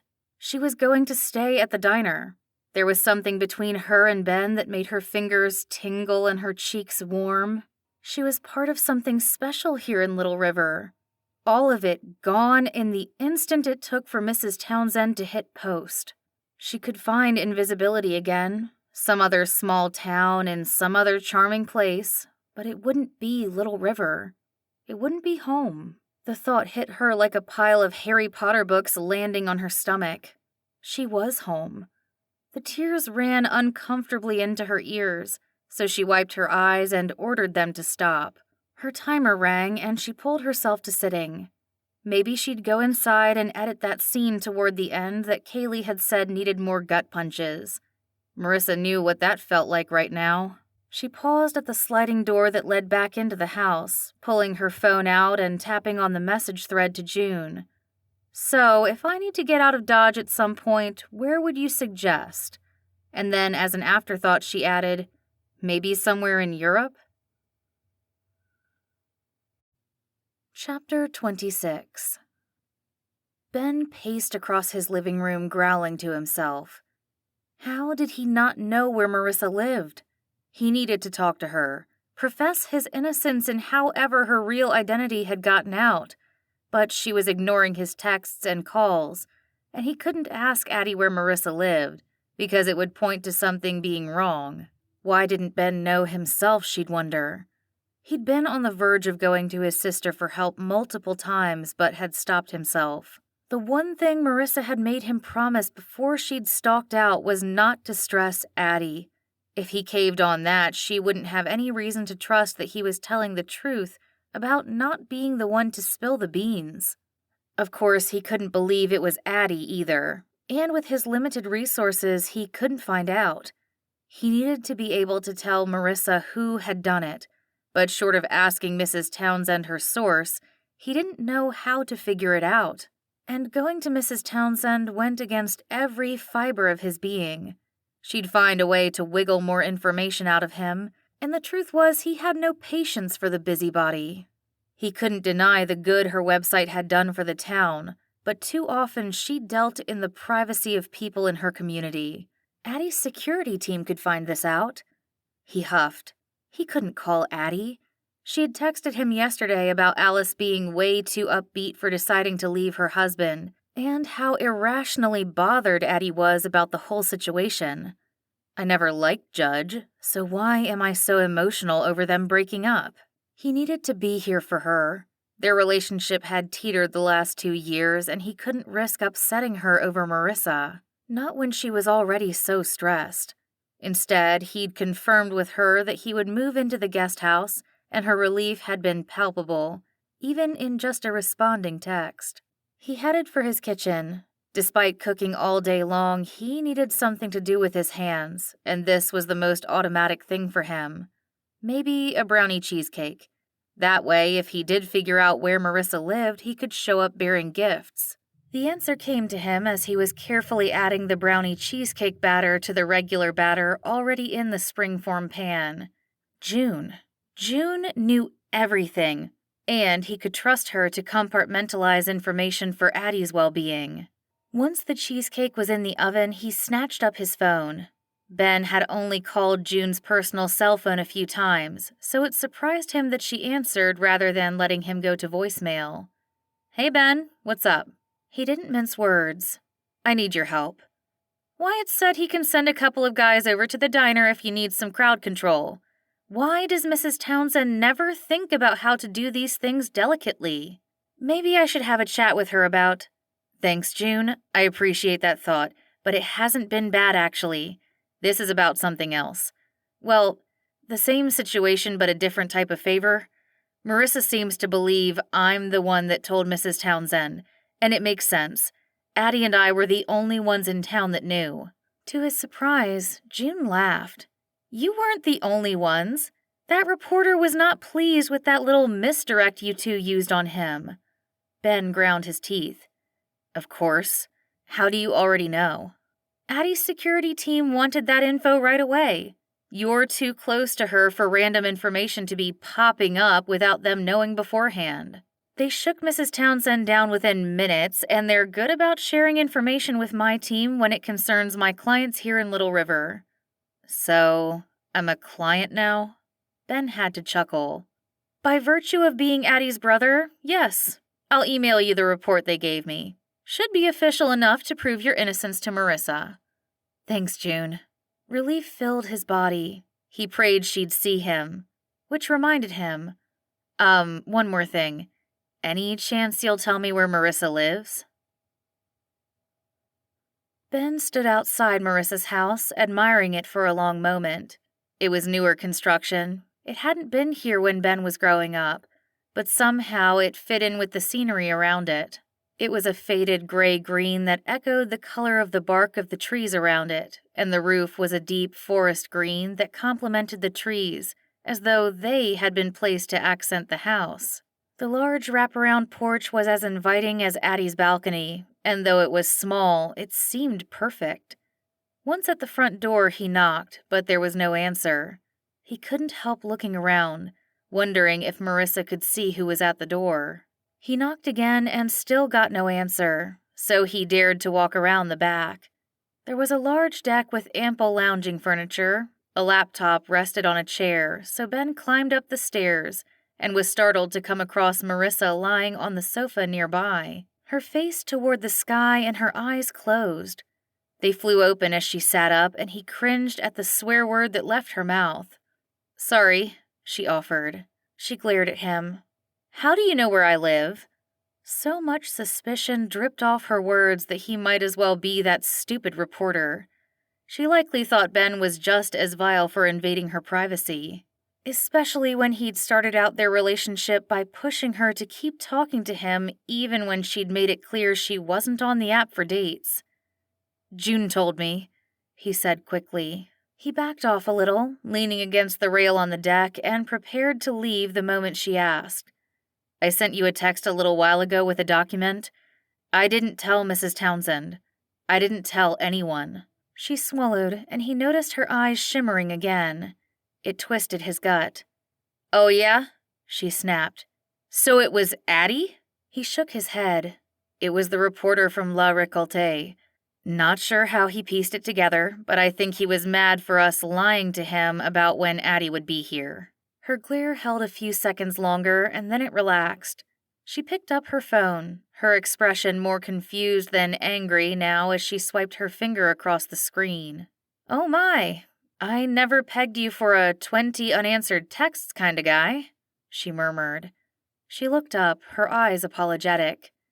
I silenced the notifications after the second one," she grimaced. "I don't blame you." He quietly let out the worried breath he had been holding. She cast him a small smile and flicked down on her phone. Then she tapped and squinted at the link he had sent her to the document June had given him. "Disgusting," she said, shaking her head. "That guy was such a creep." She huffed out a breath and put her phone down, then stood. "I'm sorry." He pushed off the railing and dared a few steps toward her. "Let's just start completely over, maybe?" She parried by taking a few steps toward him. "Let's not." She stopped inches away from him. She put her hand on his chest, and he couldn't help but put his hands on her waist. "My brain, my overactive writer's brain, keeps telling me that this stuff between us is just random moments that don't mean anything, and I need to find out if that's true." She moved her other hand to his cheek and guided him down toward her. He was more than willing to test this hypothesis with her. "They're definitely more than moments," he murmured as their lips came closer, "especially when I can't stop thinking about every single one." "You too?" she whispered, closing the gap between them and kissing him. He knew in an instant that he was right. That first press of their lips turned into another one, and he couldn't pull himself away from her if Mrs. Townsend showed up with her phone and started recording the whole thing. She tasted like chocolate, which made him smile. It made the kiss even more perfect. He lifted her into him, wrapping his arms around her back. "Oh," Marissa sighed between kisses. Her fingers ran up the back of his neck, and Ben couldn't help wondering why in the world he had been so against this beautiful, brilliant, kissable woman for so long. How had he resisted falling for her twinkling eyes and dancing smile? How had he not taken one look at those lips and done what he was doing now? "Told you," he said, his voice breathless when he managed 5 seconds away from kissing her. "I think maybe we should make sure," she replied. "No argument here." He swept her up into his arms, making her squeal and her eyes go wide. "I have always wanted a man to do that." Her voice held absolute awe, as though he'd swept her off her feet and right into one of her movies. He grinned and carried her over to the sofa, sitting down with her in his arms. "Oh yeah?" he said softly. "Tell me what else you've always wanted a man to do." She smiled slowly, and he didn't give her a chance to answer before he kissed her again. Maybe he should have expected this all along. He'd had strong feelings from the moment Marissa Anderson had stepped into his diner. Turned out that he had misunderstood them like he'd misunderstood just about everything else. She had proven how wrong he was about her, and he had a feeling it wouldn't be the last time. Epilogue. Marissa stepped into the dining room of the diner from the kitchen to see her fiancé leaning up against the back of a booth, chatting with Katie and Will Sutton. She grinned and came forward, wrapping her arms around him from behind. "Hey." Ben smiled and twisted to kiss the top of her head. Marissa would never, ever get tired of that smile. She'd seen it so little when she had first gotten to know him. It felt like a rare rainbow every time, even though it lit up his face every time he saw her. "Hey, slacker." She rested her head against his shoulder. He chuckled. "My assistant cook has it handled. Lunch rush hasn't started yet. I was going to run over to the trailer and see how the first day is going. Wanna come?" She frowned. She was dying to see how things were going. Even though it was only April, tourists were already flowing into Little River for spring breaks. In a few weeks, it would be constant. "I wish. I have a couple of Zoom interviews I have to do, though. I wanted to check in." He waved to Katie and Will and took her hand, walking back toward the kitchen with her. Serves you right for writing such a great book. She arched an eyebrow. You read the National Book's weekly review, right? I mean, I know you did, because I read it out loud to you and you took it from me, insisting that I had to be joking and read it yourself. He grunted. Crackpots. She laughed and shook her head. It's decent. I'm not winning any awards with it, but that's okay. Text me numbers when you get there, she begged, tilting her head up toward him. He dropped a kiss on her lips. Promise. She walked with him through the kitchen, even though she did need to check up on some things for a birthday party they were hosting later that week. Oh, I almost forgot. We will maybe not have Delaney this summer? She frowned up at him. She texted me this morning. No. Ben's eyebrows slanted. It was too much to hope to have her every summer through college, wasn't it? Probably. She's thinking of doing a summer abroad. I blame Addie. I think she might have talked up France a little too much. Did Katie say anything about Cash coming home? I think she has him convinced. Marissa gave an exaggerated sigh and wiped a hand across her forehead. We're going to need more staff again. Don't we always? He laughed. Speaking of Addie, they had to change the gate code again. You'll have to let me come pick you up for dinner tonight. She narrowed her eyes and leaned into him. You can't tell me? It seemed silly for him to drive down from Addie's house just to bring Marissa back up. After the wedding, she was moving up to his apartment with him. Eventually, they would build something of their own, but for now it made sense with Addie only in town half the year. Top secret, he murmured. The security team says I can't tell anyone. She laughed and shoved him back before he could kiss her. I am literally cleared for that knowledge. I have a letter from her security and everything. I'll come get you to be safe, he insisted with a smirk. You never know what nosy butt reporter might be listening, trying to figure out how to use their telephoto lenses to get the first picture of the second in line to the Ledreau throne. Marissa waved her phone at him. Little did they know I have a picture of the charming Princess Magdalene right here. She leaned into Ben. Let's go early for snuggles. Done. He kissed her again and pulled away. And now I have to go check on the trailer so I can be back before we get too busy again. Love, Eurus. She beamed, enjoying the warmth that always burst through her when Ben said things like that. That he loved her, calling her Riss. Love you, she murmured back, pulling him in for one more kiss. He granted it quite willingly and lost another several minutes before she pushed him away because her publicist would be texting any moment asking where she was. She watched him walk from the door to his car parked at the back side of the diner. Before he slid into the driver's seat, he waved at her and grinned. She waved back, leaning against the doorway. It was such a romance heroine thing to do, but she couldn't help it. Ben made her feel like a romance heroine every day. She was fitting nicely into the role. It was very happily ever after. Possibly the best one she'd ever written. This has been Battling Ben, written by Renee S. Clark, narrated by Sky Alley. Hello, this is the author, Renee S. Clark. Thank you so much for taking the time to listen to Battling Ben, Love and Little River, Book 7. I hope you enjoyed it. If you did, would you mind leaving a comment below to help other readers find it? And don't forget to subscribe to this channel and check out the other free sweet romance audiobooks. Thanks again!